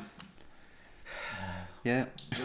I mean, yeah. More offensive, that or blackface? Yeah, that's what I was saying. I was like, my first thing when he brought up, when he was talking shit on David Duke, which I wholeheartedly have a disdain for David Duke, but Roddy Piper was in blackface like a year and a half ago. Yeah. The only thing I like about David Duke was that Topher Grace played him in... Oh, and you don't like Topher Grace? No, I love Topher Grace. Oh. That's what I'm just saying. The only thing I like about David Duke is... Somebody did a good job of playing him. It was a great movie. Yeah, I saw that one in the theater. I liked it quite a bit. We then go to Sean Mooney in the locker room, and he's with Ric Flair and Mr. Perfect. And Perfect says, ashes to ashes, dust to dust, Hulkamania finally had to bust. Hulkamania's dead. Long live the Taker. And Flair also says, what did you think was going to happen? When I arrived here, I told Hogan face to face. Yeah. In my notes, I was like, Hulk guy crying? Is that a plant? like, is that real? Like I wrote, Flair even bleeds when he talks. As he was just talking and apparently bit his tongue to the point that it made him bleed. Yeah, I mean, they're about to start testing for steroids, which I don't know that Flair has ever been a steroid guy, but we know that there's no way in hell he wasn't a cocaine guy. So biting that tongue, Which is probably not the first time. We go back to Mean Gene, and he tells us that Jack Tunney and Hulk Hogan are having discussions. And then Earthquake, Typhoon, IRS, and Jimmy Hart join him. And all of them just start yelling about Jack Tunney's decision to not allow Jake Roberts to compete. But they're going to win their match. You know what I miss? The Earthquake jump. Earthquake promos were great when he did his little jump. Oh, yeah. I love it. As he got more serious, he would shake a little bit harder. Where he was he's like bouncing hopping back and forth, and I was like, that's pretty, I mean, he's not... keeping the tremors active. He was a pretty agile big man, and definitely more fun to watch, even though he was not as menacing as, like, King Kong Bundy, but, like, I'd rather watch an Earthquake match. Yes. I like Earthquake. That's what all I'm trying to say. I'm pro Quake. We then go back to Mooney, who's with the Legion of Doom and Big Boss Man. And Hart states that Roberts considered himself the luckiest man on the face of this planet. When we are done with you, you will have been reduced to the equivalence of a pile of soggy and soiled and fly-covered sweat socks. Which it's like, I can't shit on television. And then Sean Mooney all of a sudden gets some breaking news in his ear, but Hawk stops him, telling him to never interrupt before proceeding with "Oh, what a rush!" Yeah, he's got to get it in. You have to. Yeah. We then go back to Mean Gene, and President Jack Tunney has joined him, and Tunney lets us know that the referee's decision is final, but it is in my authority to order a rematch at the earliest possible date. Therefore, the rematch will take place at this Tuesday in Texas, and I will be ringside to ensure a fair and just outcome. What a coincidence. novel idea, yeah. Also, this is the most Jack Tunney we've seen on a pay-per-view, that's for sure. Oh, way too much Tunney. We've only had to deal with Tunney like one time before. My assumption is that he was on TV maybe more often, or was he just kind of like... I think they basically just started using him more as a way to... do things like this? Yeah. Build up heels. Yeah. They'd have like a pre-recorded promo or something where, this message in this week from WWF President Jack Tunney, and it'd just be him sitting at a desk doing a presidential address and boring the crowd. Yeah. I mean, what you see with Jack Tunney is what you get. Hated him then. It was still just as painful to watch him now, 30 years later. He's being diplomatic. He's no Mr. McMahon. No. He's like the face president. Yeah. So we head off to our wet sock. I just like how they did so much back and forth on the interviews there. Start with Mean Gene, Piper, then you jump to Mooney, then it's back to Mean Gene, then it's back to Mooney, then it's back to Mean Gene. But like that's you guys still better talked about that at one point where it was like 20 minutes. But at SummerSlam, it was literally like 20 minutes of back and forth. Yeah, I'm okay with it if they're entertaining. It's it's better than one of the matches we've seen. Yeah, I could see the point of it if they're tearing down a cage or something, but for the audience, for the audience, I feel terrible. It's like, what the hell are they doing? I guess that's just an extended. It's not like they have a Titantron at this point that they're showing all this things to the crowd in this. Yeah, I mean they probably have the arena. So do they not have like maybe the nope not even back nope not quite yet. I don't think they had anything showing any of this. I know you had maybe not. I don't know. I went to some basketball games as a kid in Sacramento, but my dad would always buy cheap seats and then bring binoculars. But I imagine that they also had the screen. I don't remember exactly. No, I mean. Going to at least to the house shows that I went to in the 80s and early 90s, they didn't have that. I mean, that didn't really kick in until Raw and Nitro went live, to where they had to step it up to have something that showed up the other one. Because the WWF house shows I went to in like 98, 99, like at the Myriad Garden, of course there wasn't. There was it was a super old venue that doesn't exist anymore. Yeah. They definitely did not have a live feed. So we're headed off to our fourth match. The Beverly Brothers of Beau and Blake, and the Nasty Boys of Jerry Sags and Brian Knobbs, with the Genius and Jimmy Hart, versus the Bushwhackers of Butch and Luke, and the Rockers of Marty Jannetty and Shawn Michaels. There's my boys. But what's the deal with the Beverlys? We haven't seen the Beverlys. We haven't seen the Beverlys before, but you know who also we haven't seen in a while? The Genius. I guess we haven't. It's been since WrestleMania 6, Really? which is all the way back in episode 44. And Blake Beverly, we have seen him before, as the masked skyscraper Oh gosh. at Wrestle War 1990, Ooh. which was episode 43. Was that with him? Was he with Sid or was he with Dangerous Danny. old Danny Spivey? So I guess Sid just was hurt at the time or something. No, that was the Undertaker actually. It was Mark Calloway Oh, okay. because Dangerous right. Danny had already left and Sid was hurt. Yeah. So it was me, Mark, and the masked skyscraper. Yeah, because he had basically 3 pay-per-view matches in WCW before he came over here, and he ended up kind of being the lifer, kind of like how Sting was to WCW until there wasn't a WCW. Mark was in the territory and then WCW for a short amount of time, but I don't know that anybody's been a working WWF talent No. for as long as him. There's plenty of people in the back that have been there that long, or much longer, honestly. But as far as workers go, Howard Fink. yeah. The Fink. Yep. R.I.P. And you got your Briscoes and Patterson. Been But there. the Briscoes worked at Starrcade. Yeah. Oh, yeah. And Patterson was let go at one point. Was he? Yep. They all get let go, but they all get hired back. Yep. And I'm trying to think, is there a WWF guy that never showed up in WCW? Sting was WCW through his entire career until it wasn't there. there wasn't a WCW. Brawler? I'm not counting guys now. No, I'm saying Brooklyn Brawler. Yeah. Oh, Steve Lombardi, that's true. I'm trying to think if he ever did anything over in the NWA WCW side before I he. guess technically Shawn Michaels and Yeah. Bret Hart. Oh.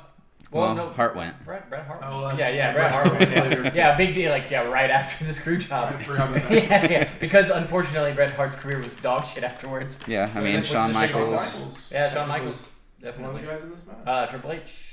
No, Triple H Triple H was over in WCW before. Oh, really? He was Jean. It was close to his name. Yeah. Jean-Paul? Yeah. Yeah, Jean-Paul Levic. Levic. Yeah. Wasn't that that's his real last name, right? Or close to it? Yeah. I think so, yeah. His last name's I was something. actually It's got just an L looking and a up Q in Bill it. I think his real name is Paul John or something like that. And Yeah. he went by Jean Paul. You just swapped it up. Yeah, because I remember I was at the His last debut name of Triple was- H on Raw. Oh, And he nice. walked out and was like, "That's I can't The remember." guy. Yeah. We're literally months away from Yeah, and that's when Triple he's H when he's debut. doing the March his 92. his fancy boy Oh, gimmick. before the terror rises. Yeah. Oh yeah, that was his first. That was his first gimmick was terrorizing. Oh my gosh. Mm-hmm. And it was It's right up there with TERRARYZING. Yeah. Jesus, terrorizing. That's up there with I feel like that's, the Great should and be- Powerful Oz. What was the other one that was right after Oz? Vinny Vegas. Vinny Vegas. No, not for him, but there was another thing where are they putting over another movie ad on TNT? Oh. There was another thing about that bad. I'm trying to remember what you guys were talking about. I don't think it was Van Hammer, although Van Hammer is kind of fun. At least that only match that I I'm watched. going completely blank. It doesn't matter. It doesn't matter. Let's get to this match. It's got to end sometime. So this match gets going with a knee to the gut and an eye rake by Knobs, but Luke retaliates with a pair of knees himself, and then the Bushwhackers hit a double team clothesline on Brian. Sags jumps in the ring to receive a face plant from Luke, and the Bushwhackers hit a double noggin knocker on the Nasty Boys, followed by a double team clothesline on both to send them to the floor. The Beverlys jump in, and the Bushwhackers just continue to attack by Irish whipping the brothers into each other, followed by a battering ram on them both. The Rockers then jump in to hit stereo drop kicks on the Nasty Boys who have rolled back in, and the faces have cleared the ring. At least it was a hot start to the match. Yeah, totally. Rockers. If I don't get at least one stereo drop kick, then what are we even doing here? Exactly. Stereo drop kick and a kip up is all I'm asking for. Yeah. It's not that much. No. After regrouping, Beau is in the ring with Shawn, shoving him, hitting a cheap shot in the corner, a headbutt, goes for an Irish whip that is reversed. and Michaels charges into the corner, only to receive a back elbow. Beau then tosses Shawn to the ropes, ducks his head, and allows Michaels to hit a swinging neckbreaker. But then Beau with an inverted atomic drop, a backbreaker, Knobs attempts an elbow drop that Shawn rolls away from and starts running the ropes to hit a flying knee. Luke in with a flurry of offense, an Irish whip that's reversed, and Bryan goes for an avalanche splash, but the Bushwhacker moves for Knobs to hit head first on the turnbuckle. Luke plays to the crowd for a moment, allowing Bryan to climb to the second rope to come off with a flying clothesline for the pin. Bushwhacker Luke is eliminated. I love that. We get one cheer. I love it. Do we get two cheers? Oh, yeah. You're not I'm sorry, I let out the sarcastic aww. Yeah. You didn't dance around your... Same sentiment, yeah. No. Doing your Bushwhacker dance? Never have, never will. I'll even make it's fun for kids, I guess. I made a note about somebody else doing that little Bushwhacker thing in this match, and it hasn't happened yet, I don't think. Yet. Shawn tosses Knobs to the ropes, ducks his head, allowing Bryan to hit a double axe handle across the back, and sags with a vertical suplex. Hey, did you guys know about this Tuesday in Texas? Oh no, tell me all about it. If not, Gorilla and the Brain lets us know all about it. It's crazy. Like, I don't think there's no way they've ever done a pay-per-view this close to each other again. Like, no. This is wild. Not till... Was there like a holiday that Tuesday or something? Like, I know it's Thanksgiving, but still. Not till like 2004. Wait, I think it's the next time they try and do something that close together. Something close. It's crazy. It's like I can see that if it's with like the network or whatever, and even then it's still silly. But yeah, like if you're in like a big market and you have like a SummerSlam, and then like you're like, okay, well we're gonna capitalize this on having another big show while we're down here in like whatever big metropolitan area. I don't know. I guess that's what takeovers are now these days. Too much talent. Shoulder blocks in the corner by Jerry. Irish whips Michaels to the opposite corner, following in with a back elbow to no one, as Shawn has jumped over the ropes to the apron, goes up to the top and comes off with a crossbody for a 2 count. Hip toss by Michaels. The Rockers start working on Sags' arm until Jerry starts running the ropes, only to be hip tossed multiple times by Marty and back to the arm lock until Sags can get to his corner for the tag.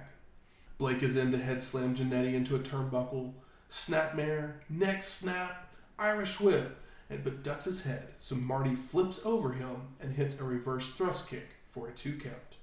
Jannetty tries for a Fujiwara armbar, but gets pushed back into the corner by Blake, and then is Irish whipped, but reversed into a drop toe hold.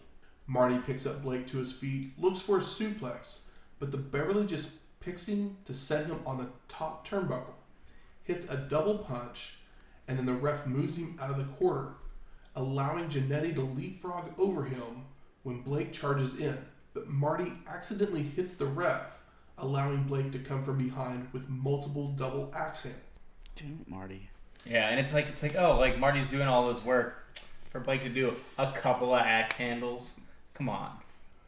Jannetty's Irish whip to the corner. Blake follows it up with a gut wrench suplex, again tosses Marty to the ropes, but the two men bump heads for a double KO.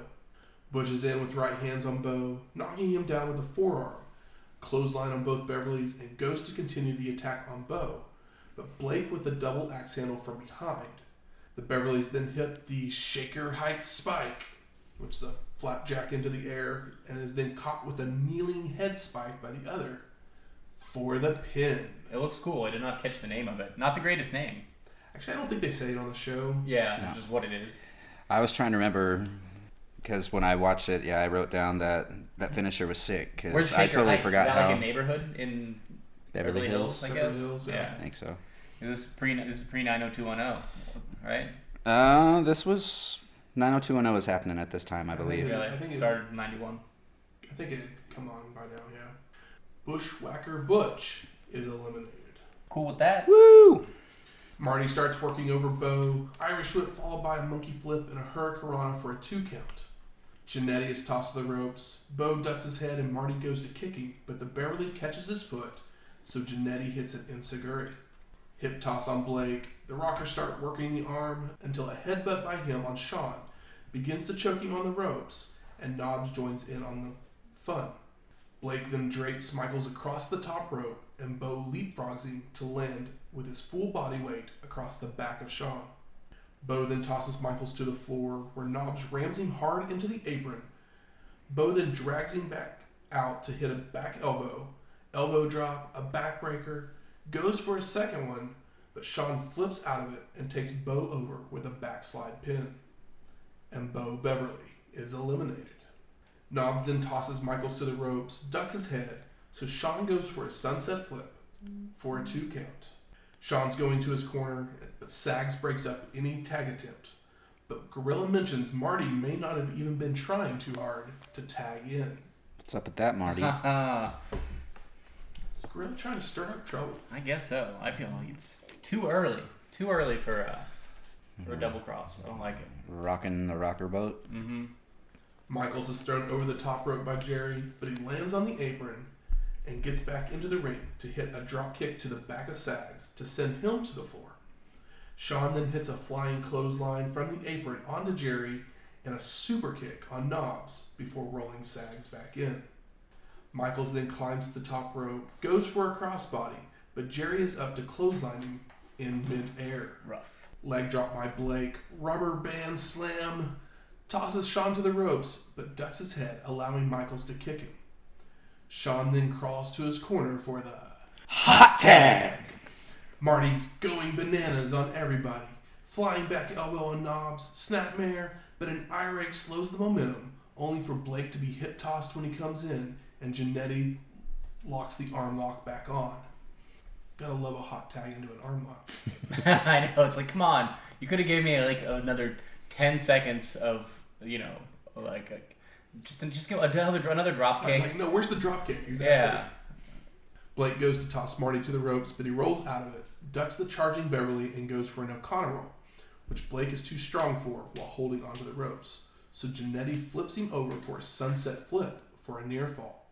Blake's right back with a headbutt, Knobbs in with a double axe handle, slams Marty's head into a turnbuckle, followed by a hard Irish whip to the corner and a body slam. Sags with a pump handle slam, a back suplex. Brian climbs up to the second rope to attempt a splash, but Jannetty gets his knees up and he begins to slow crawl to his corner for the hot tag. That was quick. I wouldn't want to get splashed by either of the Nasty Boys. No. Shawn's in with right hands, a clothesline on Knobbs, right hand to Jerry, flips Blake into the ring. Everybody's now in there. The Rockers Irish whip the Nasty Boys into Beverly.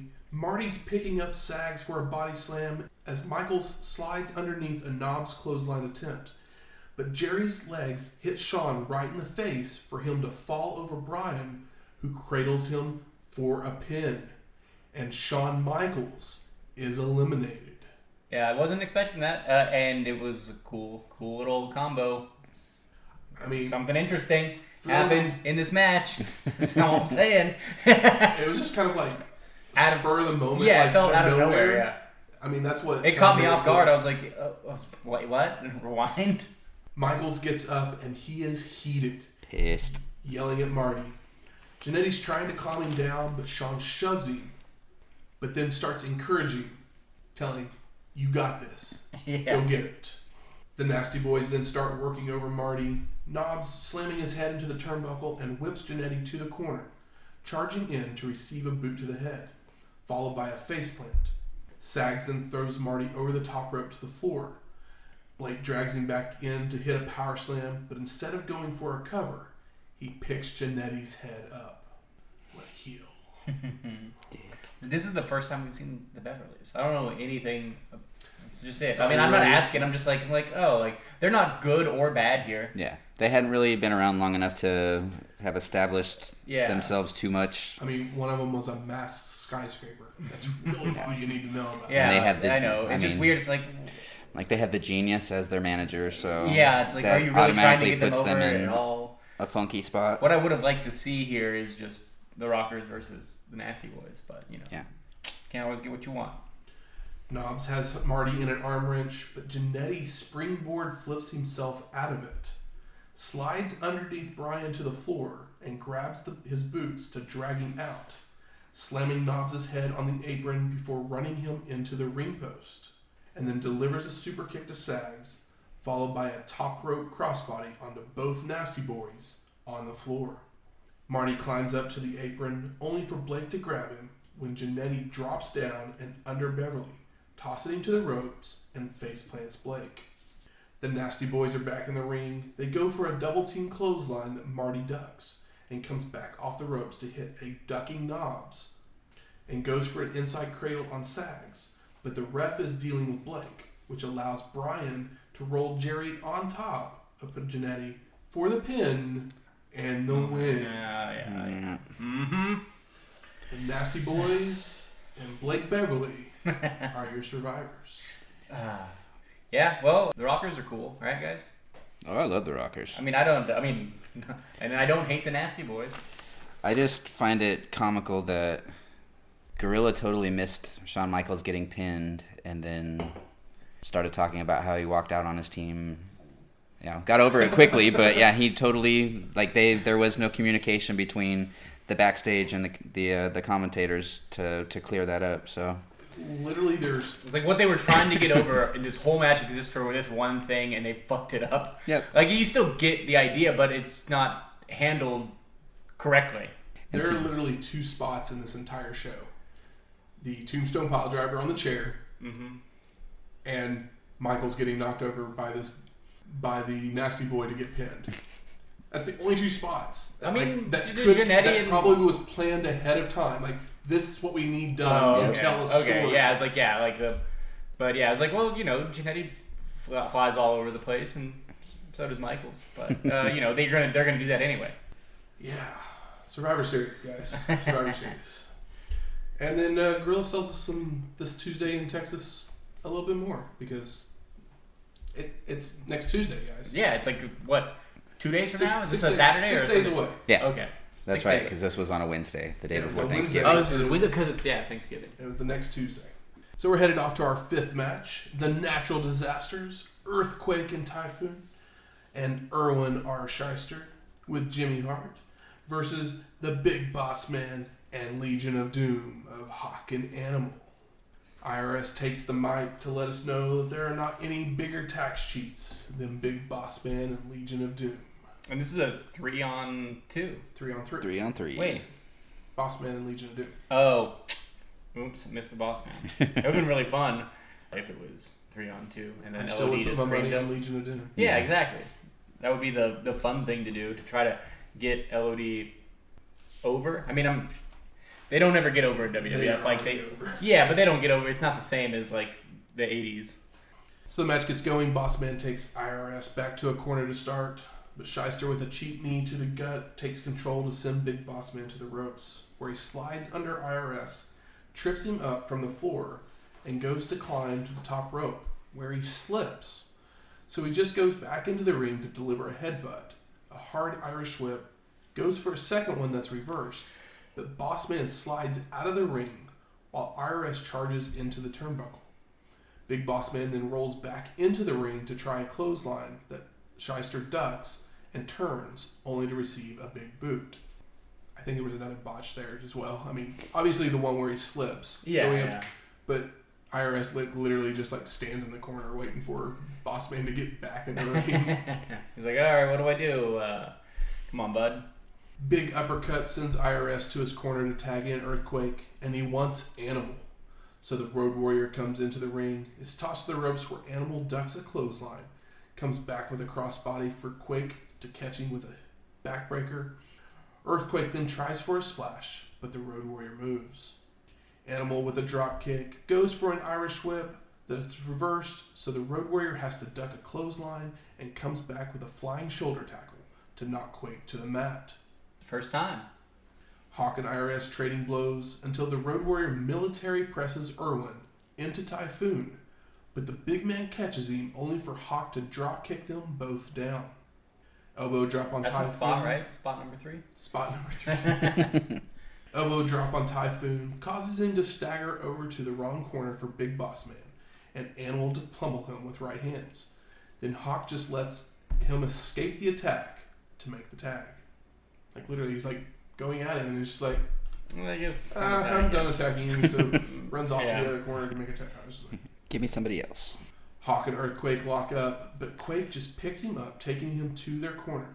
But the Road Warrior escapes with a back suplex of IRS, followed by a falling fist. Bossman takes over with a body guillotine of Shyster, steps on his tie as Irwin tries to escape to the outside. Earthquake comes around ringside to cause a distraction, allowing Typhoon to toss IRS's briefcase into him, which he slams across Big Boss Man's head for the pin. Big Boss Man is eliminated. Seems kind of like he's the first one to go, but I mean, he's just the third for LOD, really. So that's very true. Yep. Disasters attack Animal with double teams. Quake with a bear hug and a belly-to-belly suplex for a 2 count. IRS with a wishbone leg drop on Animal. Kicks to send the Road Warrior to the wrong corner where the Disasters are there with more double team action. Typhoon with a bear hug, Irish whip, charges in, but Animal gets a boot up and charges out for a clothesline of his own. Hawk in with right hands to the Disasters, flying shoulder tackle to Typhoon, looks to go for mounted punches, but IRS comes in to knock Hawk to the mat. Typhoon is then holding the Road Warrior, while Earthquake hands the briefcase to Shyster again, who he goes to hit Hawk, but he ducks and Typhoon is down. So Hawk makes the cover for the pin, and Typhoon is eliminated. I mean, if it wasn't Bossman first, it was Typhoon first. Yep. Great. Quake comes into the ring to check on Typhoon, and then turns and points at Irwin. Starts yelling at him, saying he is done with Shyster, and the Natural Disasters leave to the back together. Earthquake is then counted out and eliminated. How climactic. Face turn? I mean, yeah. I mean, he looks more. His like current ring gear makes him look more face than the Road Warriors, and more face than he was previously. So back in the ring, Hawk with a drop kick to IRS, a knee lift, a power slam, head slam into a turnbuckle, Irish whip charging in only for Shyster to move, and the Road Warrior goes shoulder first into the ring post. Irwin hits of multiple elbow drops, tosses Hawk to the floor, and follows out to throw the Road Warrior into the steel steps. After rolling back in, IRS hits a back elbow, tosses Hawk to the ropes, and the two men collide for the double KO. Shyster's the first one back up and tries for a vertical suplex, but the Road Warrior reverses for one of his own.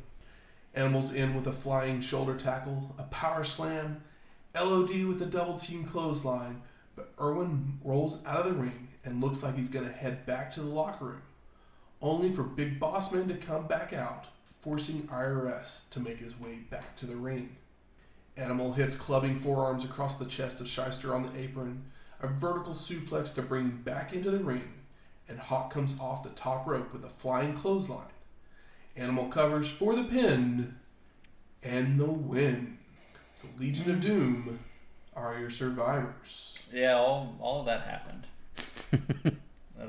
I saw it. I watched it.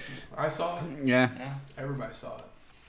We go to Shawn Mooney in the back, and he said he just left Hogan's dressing room, and Hulk has vowed to win the title back at this Tuesday in Texas. This is why I think Hogan might have been hurt, because why would they not have a go home promo from him to sell the show? You had to sell it. They're selling the injury. I guess so. I mean, he's been rushed to the hospital for medical attention. But how many times did they do the smart thing? The medical facility. Sorry, medical facility.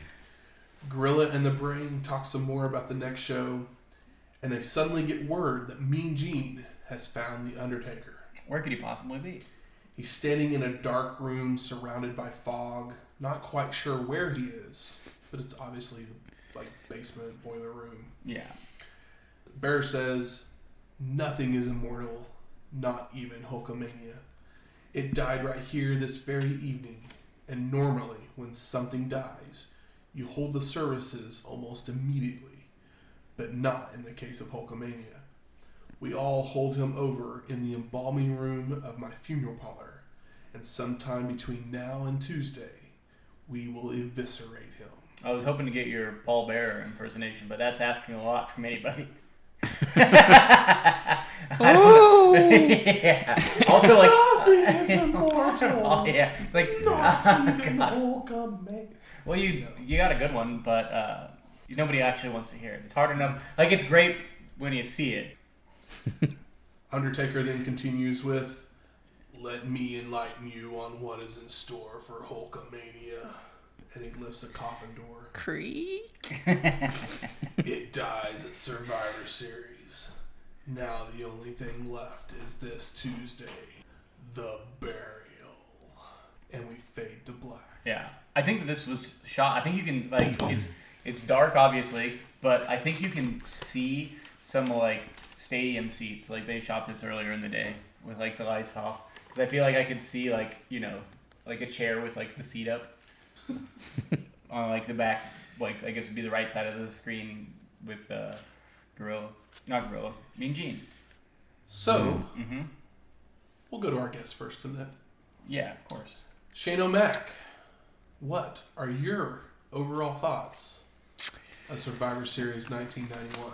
Initial thoughts or rewatch thoughts? And you don't have to be kind. No. Well, I mean, that's the fun part. You know, growing up, as I said at the beginning of all this, I was a huge supporter of Survivor Series. It was one of the events that I looked forward to each year, and you did enlighten me by just breaking up the whole weekly jobber thing and actually getting to see the guys in the ring against each other. Yeah. If that was the case, yeah, I could see this having much more impact than going back and watching these now for the first time, where I'm just like. Yeah, watching them now, I mean, it puts me back into the, you know, somewhat of the feeling that I had when I was watching them for the first time back then. But, you know, it was a different time where we had the, you know, small handful of shows each year. You'd have a Saturday night's main event or a main event or something like that thrown in there. So, I mean, Survivor Series was always an awesome thing just because you'd have, you know, 4 of your favorites going against 4 of the people you hated the most, and it would put on a little spectacle for the night. And sometimes a storyline would be started, sometimes it would have absolutely nothing to do with anything, but it was something I looked forward to. Yeah. And then along came 1991, where it just kind of fell mostly flat. I mean, there's good things on this yeah, show. There's some good things, but but good things are. It's not one that, you know, it takes less than one hand to count the good moments on one show. Those moments are good, though. Yeah. Real good. They are good. I don't want to completely dog on it, but there was just, I wish there was more good than there was forgettable moments. What about you, Michael? There's like you said, you count on one hand. I got 2 fingers up that are memorable. If they pulled off the Jannetty and Shawn thing, maybe 3, but it just fell flat. So, but yeah, like Hogan losing the belt is always a huge deal, and it was done pretty well. That match was entertaining. It was a Hogan match, but it was entertaining Hogan match because the Undertaker's fun. Have those words ever been said? Entertaining Hogan match? Sometimes offense is chokes and throat punches. Throat punches. Yeah. He's a dead man. Literally is all of his offense. But he's no selling things. I don't hate this, and it's nice to see Hulk lose and all the promos and the story is fun. Like, you brought to light a bunch of other things that had been happening that didn't actually get to, you know, bear fruit. But I think that considering that there was so many wrenches in the spokes, like, this was cool.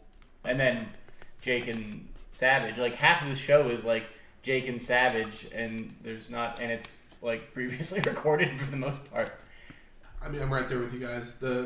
Basically, there's a couple moments worth mentioning. You got Flair's debut. Yeah, and even Flair, it's like still not as memorable as you want it to be. No, definitely not. But it was fun to see him there. But it still is his debut. Why wasn't he not? If Hogan was gonna lose the belt in the middle of the show, why not have Flair go on last and win? That's a running question for the next several pay-per-views. It's like, come on. Why? Flair's heel. Yeah, I guess so.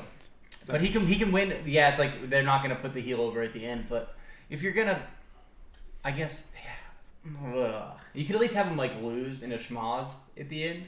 I mean, And have he they won do the it Smoz. He did. Man, I don't know. It just You seems and so. you and you and you and you. Yeah. You're Wow. out. Yeah. What? Undertaker winning his first championship. Yes. It's kind of it's there. I mean, obviously Undertaker wins the championship, but it's kind of lost in the shuffle of Flair and Hogan being these two. Everything that they're building towards, it looks like they're building Flair versus Hogan. Yeah. That's what it looks like they're Yeah, building this is a defense and As like it a should. thing in between that kind of like is like, oh, we are willing to put it on a bad guy. And we So just- like let's have Flair come up and be like an even bigger shitheel. Like Yeah. The recap and promos of the Savage Robert stuff, so good. I'm going to throw it out. That's probably the best stuff on this entire show. Yeah, it's easily the best stuff. But the show was a Survivor Series, which, if you've listened to the show long enough, you know we don't love Survivor Series. I mean, there's moments we try and find the good in anything. Unfortunately, not a whole lot in this one. No. And on top of that, it's basically just a commercial for the next pay-per-view. And it's twice as long as the next pay-per-view, Exactly. which is extra wild. Yeah. They literally could have shown this show as a Saturday night main event, and Basically, people did would the have Jake saved people promo. $30, Yeah. and everybody would have been happy. Did you know that there is supposedly Taker did defend this title once before the next show, and it was against Davey Boy Smith at like a house show? That doesn't surprise me at all. It's kind of cool. I was like, oh, like at least he had a defense. I mean, it was a house show or whatever, but it's kind of neat. He had a respectable challenger. As far as Davey Boy, they could have given him Yeah, Berzerker or something like that. Yeah, exactly. At least it was like, at least it was somebody that people like want to see. But I mean, it sounds like we're all kind of like this show is not a must-watch. No. No, I would say that, watch the Savage stuff, but you can probably Google. I mean, that. you're gonna get Yeah. most of it probably in the promos of the next show. Yeah. So I mean, the Hogan. Or you can Hogan find I feel like a little snippet yeah, you can find a clip. snippet of it. Hogan Undertaker is essential viewing. If you're an Undertaker fan, you have to watch the first championship. I feel like even like it's not that long anyway, and like it's totally worth your time. I don't know what else I can say about this show outside of the Jake stuff, but all that it's all promo. Yeah. It's all promo. The show is mostly a giant promo for Tuesday in Texas and for the Jake and Macho feud. Good. Where's the smart marks at? All right. Fuck you. I think it's time we smark it up. So, best moments of the night.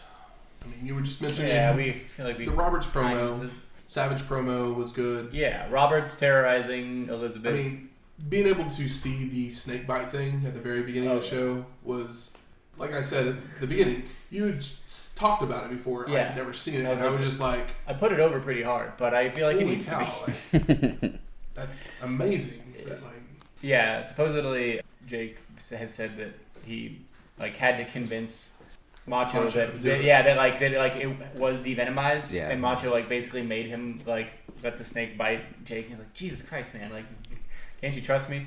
But so he was kind of annoyed by that, and supposedly he paintbrushed the snake, just slapped the shit out of it pretty hard before. But I mean, you're gonna kind of have to do that anyway to get the snake to bite him on TV. Yep. So one way or another, that's probably what happened. But he maybe have done it with a little bit more malice, considering the fact that Savage, because we all know Savage is paranoid. That's all anybody's ever said about him. Nobody's ever said anything terrible about him. Say, oh, he was paranoid and protective of Elizabeth. It's like, oh, so he was, yeah. I remember he was Macho Man in real life. remember recording that when it aired and rewinding my tape over and over again just to watch that part because I was trying to figure out if the snake, if it was actually biting into him or if it was some sort of Heather just kept saying explode it's a pack sock or something. puppet. Really? She's all like, that's just fake. Oh my god, it's And I so was like, not. no, it's really It's not. so not. Yeah. I mean, she was just giving me a hard time. Yeah, but yeah. it was like, The sock puppet snake will come along eventually. Oh man, I don't see a lot of snakes very often, but it does look bizarre because you're just Yeah. how often do you see a snake just bite somebody like that? Normally it's a quick thing where somebody backs up, moves away, but it's just gnawing into his arm tight Yep. in the ropes. So it's And really for being affecting. 1991, that was something you didn't expect to see on TV. Was that's somebody being a snack or a snack? Yeah, we attacked by a we real never snake. get blading on we get very few moments of blading in WWF, and here to we begin with. and here we've got like a real life snake fight. It's crazy. Another best moment for me was just the beginning twinklings of HBK starting to peek through on Shawn Michaels. Well, so I've read that basically WWF wasn't sure which one. I mean, we all know that about the Rockers breaking up. We're not going to kayfabe that. But they weren't sure which one they were going to turn heel, even at this point when they did this match. So that's why they kind of left it a little bit ambiguous and had them make up before they even left the ring. So I remember watching, Superstars or whatever show it was, and before the Survivor Series happened, they were starting to drop little nuggets, little clues, but they were just super subtle. Like I remember the way they did the Hogan and Macho stuff. Even more subtle than that. Nice. It was. I remember watching, and the Rockers were coming to the ring, and Marty Jannetty was in front. Shawn Michaels was behind him, just as they normally do. But then on the way to the ring, Shawn got distracted by a girl, one of the fans, and was talking to her. And there was just something that stood out about that. That's something they'd never done. Yeah. Something about their gear was off by just like a teeny tiny hair, and it just stood out as that was really weird. What'd they do that for? And then the next week they'd throw something else where one of them missed a tag, and there was a heated moment. Yeah. And then that's why with the Survivor Series, that little thing, that's some of us were waiting for it. And tag in quite as hard. Yeah, we were trying. Me as a teenage fan, I was waiting to see what was going to happen. Are they actually going to break them up? Are they, is it just going to be one of those things where they have a misunderstanding and then they're fine? Yeah. And then, you've got the WWF magazine at the time that wasn't making anything easier because they would send out a copy 2 months before a storyline actually happened. Oh, so really? They'd spoil their own stuff. Oh my gosh, that's crazy. I got a magazine of the Rockers breaking up the month before it actually happened. Oh my god. It's like, what is this? So stupid. That's so preventable. Literally one of my favorite moments is when Hawk stops Sean Mooney from kicking it to breaking news just so he can say what's right. So he can say his and it's line. it's breaking news probably from Hulk Hogan is what they're trying to do, and he's like, that is pretty good, and it would be a great thing if he was a heel. Yeah. It'd be even better that way, but then he's a face and does it. I just thought it was great. So most disappointing moments. I mean, everything's pretty okay. But I think the most disappointing thing for me is that Flair opens the show. But I guess he gets used. He's the reason that the title gets won essentially in the middle of the show. So it's you'd want to use him before that match, but still, could he have done that and then come out and got super heat in the main event and just really got everybody hating him? That would have been cool. I mean, to that point though, literally having Hogan and Undertaker as the third match of the evening, does that not kind of telegraph a little bit that they're going to, do something? I guess in 2020 now, that we're looking back, it kind of telegraphs the fact that there's a good chance that he could lose the belt. Because why wouldn't you end the show on Hogan posing? You've done it forever. Yeah. Why would you not do it? You've had him pose when Macho Man won the title, for crying out loud. Exactly. He's always stealing valor. So in the moments where somebody should have had their complete time to shine, he's always gotten in the way, whether it's Warrior, Savage, and that's really about all we've had in between Hulkamania starting and quote-unquote ending. But has Hulkamania ever really truly ended? And if there's a performer that I feel got the short shrift this entire show, it was Davey Boy. Because he was one of the only people that got eliminated in that first match. But he looked awesome. Yeah. And so it's you're going to leave Virgil and the Mountie in there to be disqualified? Yeah, it's at least get the Mountie out of here. And because Virgil, he can't get eliminated because of the $1 Million Man thing. Or if he gets eliminated, it needs to be after he's already gotten the rub on him a little bit. But see, that's where they could have used the Survivor Series to their advantage and started a new feud by having somebody else. I'm trying to think of who else was on the team. Heel or face? opposite of Virgil's team. So I guess heel. Mountie, Warlord, DiBiase, and like Flair. Yeah, start up. Give Warlord something to do. Why not? Yeah, either Warlord or Mountie. Yeah. Mountie was still new at the time as the Mountie character, so he could have recently steamrolled over the top of Virgil and been mostly fine. Mountie promos of him going to jail. Yeah. Every 10 minutes, him going further into jail. For me, the worst was probably just that entire second match. I had no desire then and less desire now. The only thing that could have made that match good is if Tito had just run wild on everybody. Yeah. Yeah. I mean, you got the guy that makes it to the finale the year before. Mm-hmm. Exactly. I had a hard time.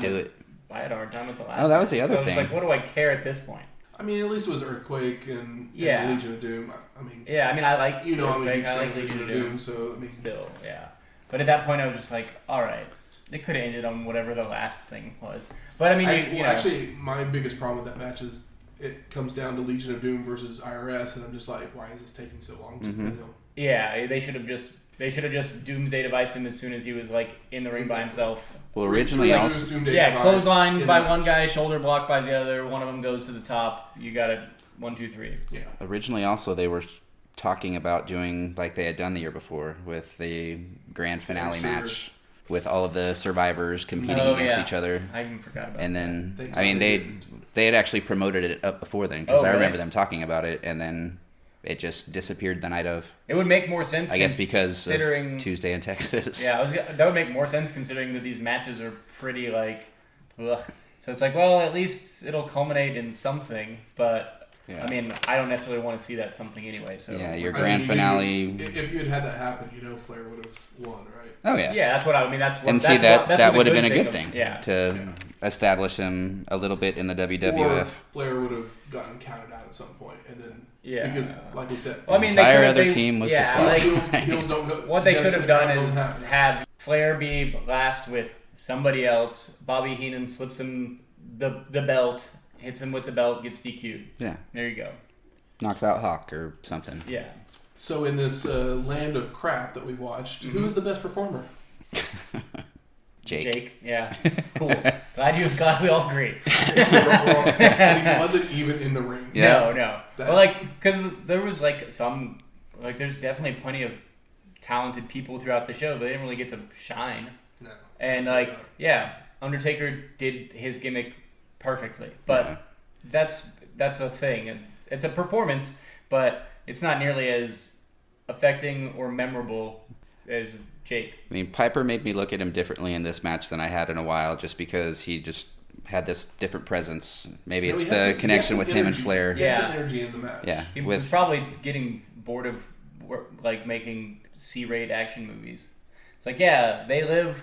You get lucky once sometimes. Sometimes you get to work with John Carpenter. That's not a lot of people that got to do that. But they're not all gonna be classics or at least cult classics at some point. Yeah. Or have Piper, some kind of merit. He just looked like a badass coming down the ring, and then the little bits that you had with him and Flair, I wanted more of that. And that was one thing that still to this day I was pissed about.